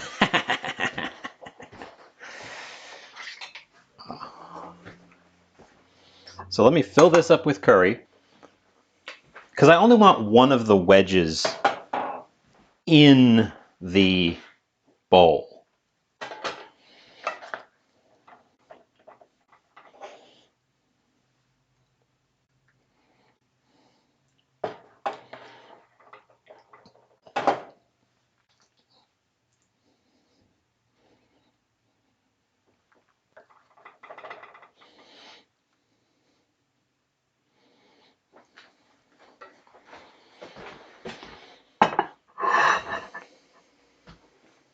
Yes, the two-plate thing, thanks to you.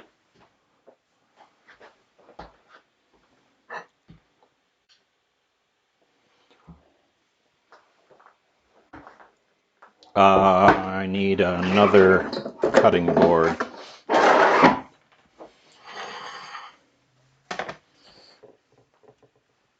Yes, the color, especially when I've got it over on this camera, is much more of a brick orange than the initial very mustardy yellow that we had.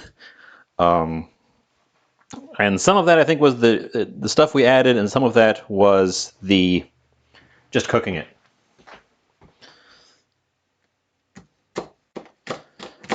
Oh, hear that crunch.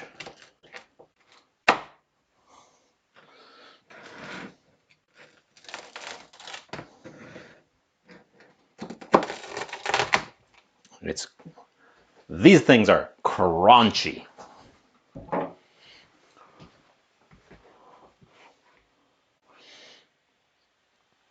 then we take one and we kind of stick it in there.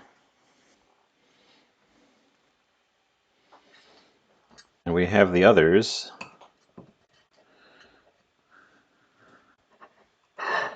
just kind of hang out on the side. Crunchy.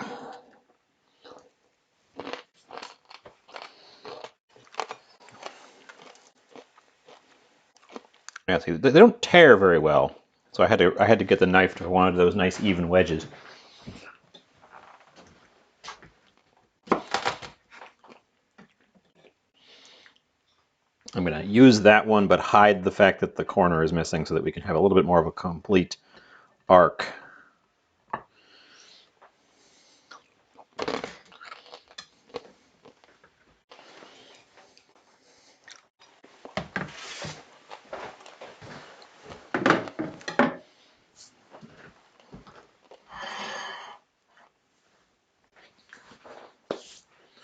And there you go. Almost there you go. I'm adding one thing to it, because it needs a splash of something green.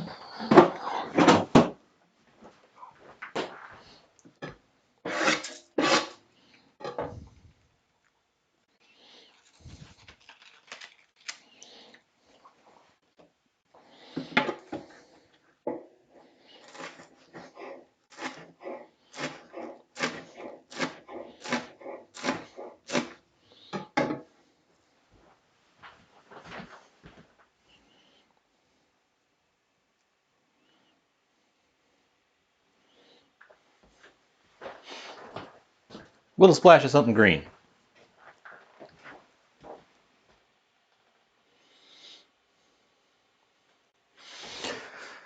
And there we have it.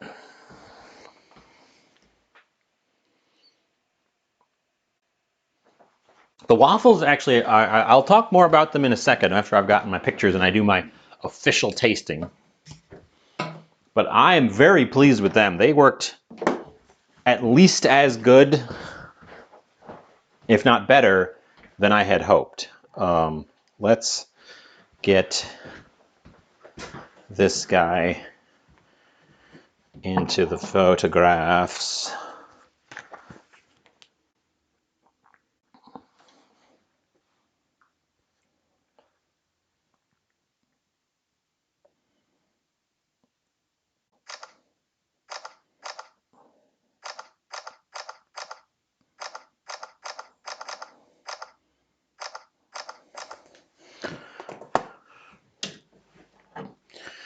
I would like to return to these and check and see if the egg is even needed. I also think that adding the cheese, the red stuff in the waffle, that's burnt cheese. Well, not burnt, toasted cheese, because there's cheese mixed into our rice mixture. So in theory, I shouldn't need a spoon. Yeah, the cheese ended up not burning. It just got to this level of sort of rich brown toastiness and stopped, which is great. So it's not really red. It's the same color as the this. It was cheddar, so there's orange color in it to begin with. So that's probably some of it. But in theory, I shouldn't need a spoon because I should be able to use these guys to kind of scoop the stuff up, hopefully.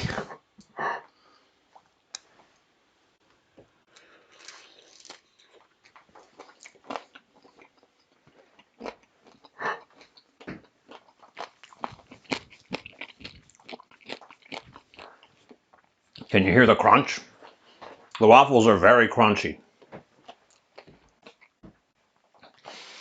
I will say, the very tip of this one, as it was sitting in there, since I had to go take pictures, the very tip got soft and fell off. So it does not hold up to like sitting in a soup.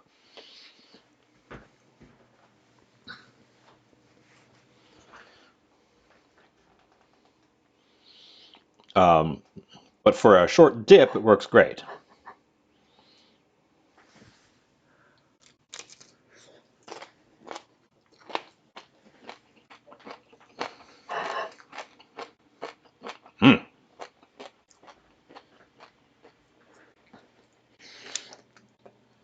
So it's very crunchy. It's got really crunchy, craggly edges, and it's a little bit of work on your teeth. It's not like a fried crust. But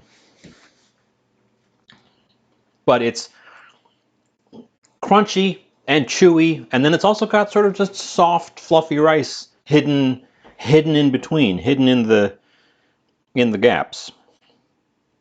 I wonder if we didn't use the egg, if it would hold but be less crunchy. I think I am going to need a spoon. This doesn't quite scoop. It doesn't quite scoop into the little crags. I think this is better than the chicken and waffles. Chicken and waffles is a classic, and I just sort of happened because I was already thawing out the chicken when I found the waffle maker at the thrift store. So I was like, it's meant to be. I definitely burnt that fried chicken a bit.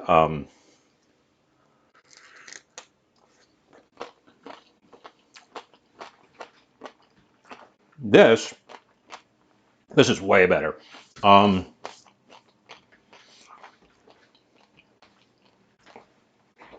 I really like. So we talk about the curry, our curry. The curry is sweet. It's not subtly sweet. It's just straight up a sweet curry. I added enough apple juice to this thing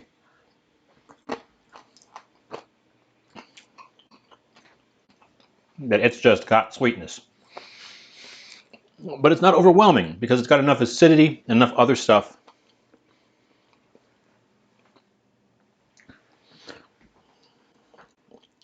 It doesn't taste like any curry I've ever had, but it definitely tastes like a curry.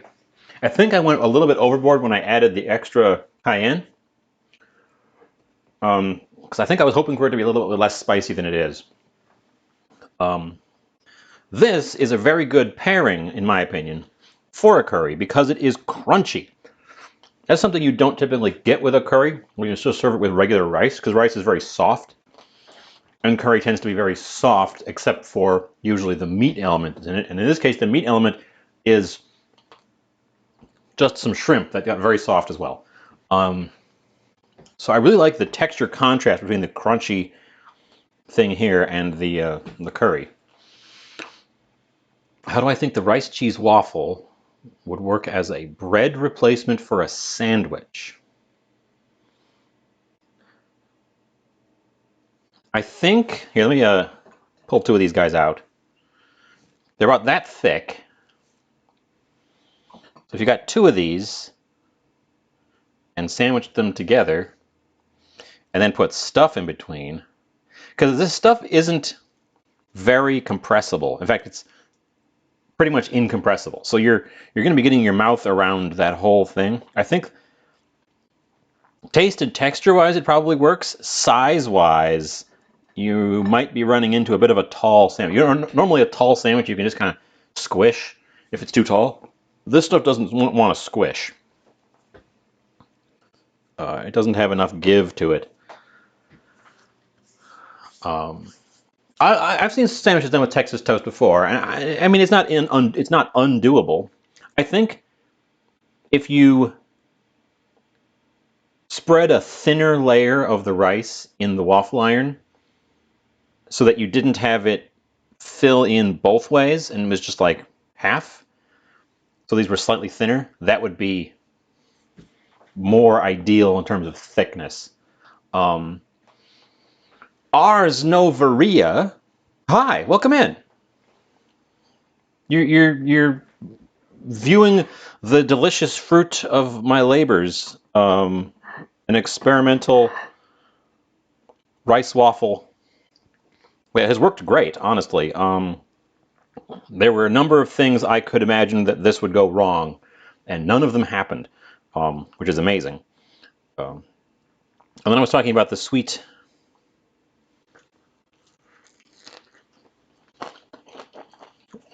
apple curry. It's very apple forward as well. The big chunks of apple were put in late enough that they have just a little bit of texture to them. But when you bite into them, you get hit with apple flavor.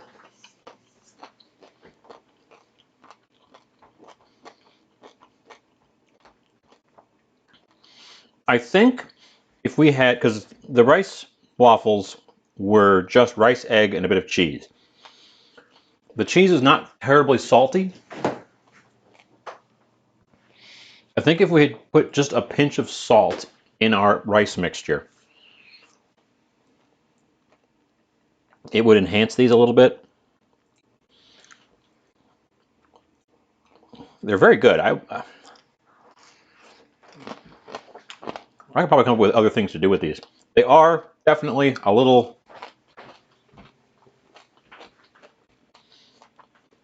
They're definitely designed to go with something.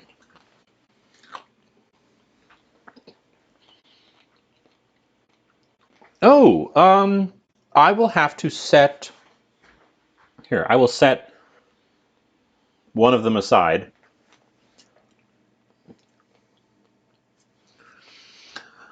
This, I made my own curry blend, and I think I'm in the Indian realm with it. But I think it's just a hybrid. It's American curry.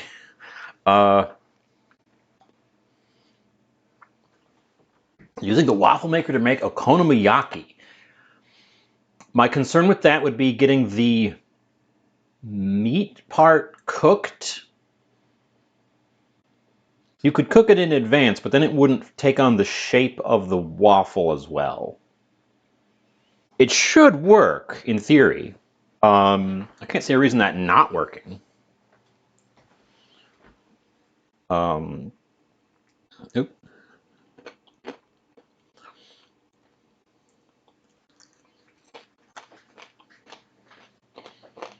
But the curry is garlic, ginger, cumin, fennel, allspice, black pepper, turmeric, cayenne, paprika, tomato, apple cider.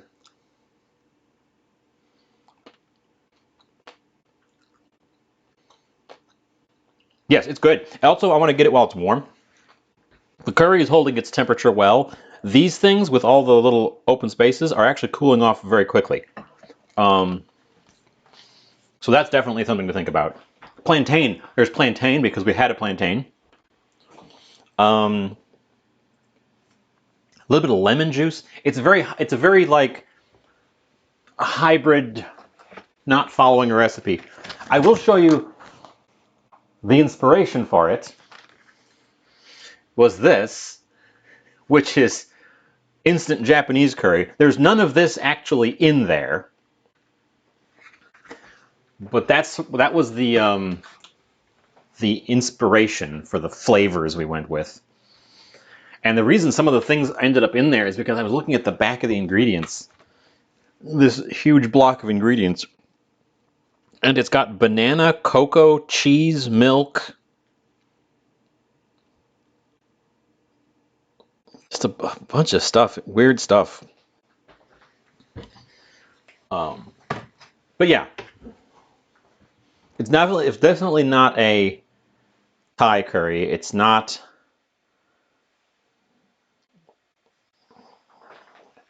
I mean, yeah, yeah. But that's what I initially said. Indian, but kind of my own weird take on it.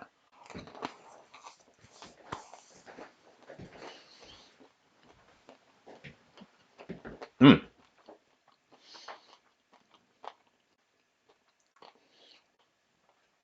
Yes, I did chicken and waffles last time.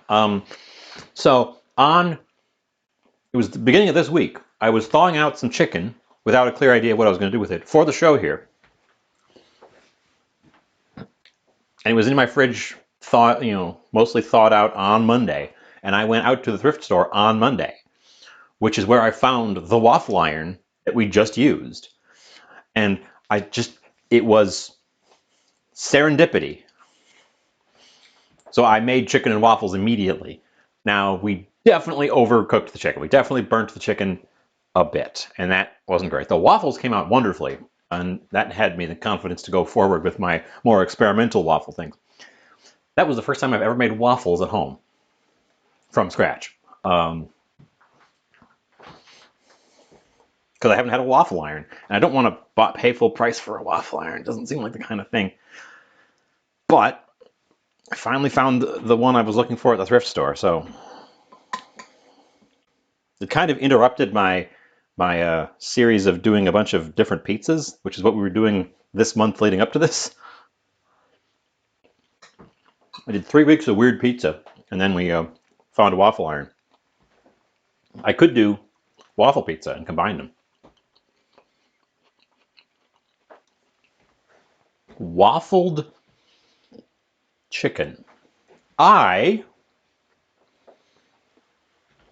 am unfamiliar, but if you would like to share, let me grab my Discord link.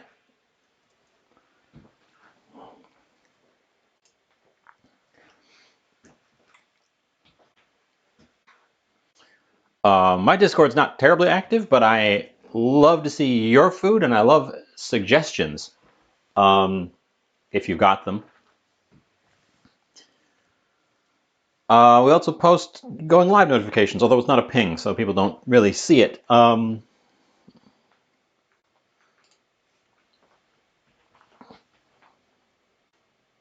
Also, let me know if I've got any of the settings. I tried to do all the settings on Discord, and I'm worried I might have over-restricted something.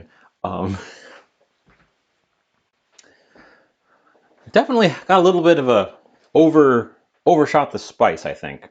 Eating the curry without the rice is just a little bit more peppery than I typically go for. Although that's how I make my curries. I make them a bit punchier than I would like, with the understanding that I'm going to be serving them with rice, which is going to bring the intensity down. So I guess that's not out of the ordinary at all.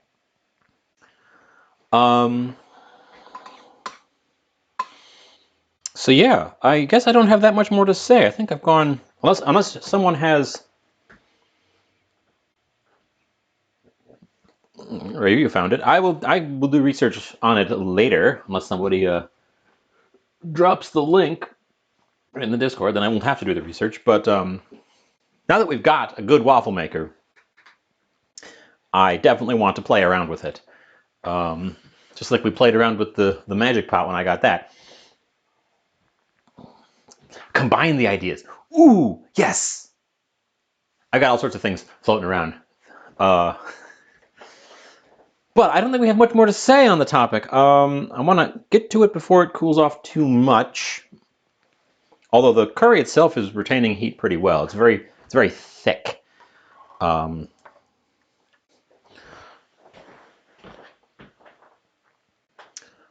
But yeah, so I guess let's pop up to my face so I can look you in the face. I guess we're gonna wrap it up and send you off. It is going on 7:30 for me, so I should eat my dinner. Thank you, Ryuya. I will check that in un momento. Oh my goodness, all sorts of stuff. But yeah, let's find someone to raid off to. I've got Twitch open in another panel so I can see who's on.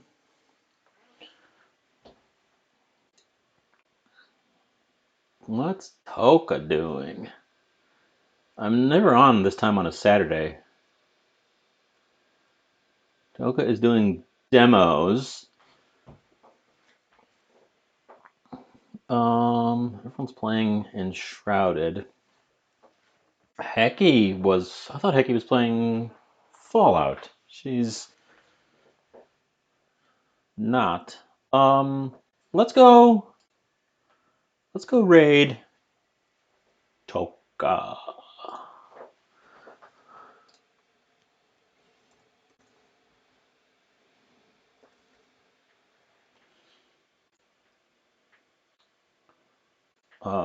Our friend and yours, Takaji, he's currently doing demos.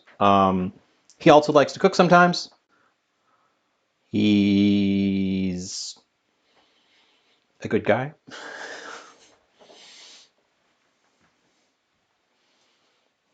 So let's all go say hi, check him out. I still don't have a concrete schedule. I'm running on inspiration. But stay tuned this coming week. My birthday is this coming week. Checking my watch, you can see right there, it says birthday. My birthday is this coming week, so I should probably stream something for that. Otherwise, glad y'all could make it. Glad y'all could show up and hang out. I was a little worried no one would show up because it was surprise Saturday. But I just had an inspiration, and I knew that this would be something that I would want to do on stream. I knew I would regret doing it offline as soon as I was done with it, even if it was a failure. And it wasn't a failure; it was a great success. So, yeah. So, thanks for being here. Thanks for hanging out. I will see you next time, and I will close with the old this. No. This? No, I don't have a goodbye screen. Goodbye.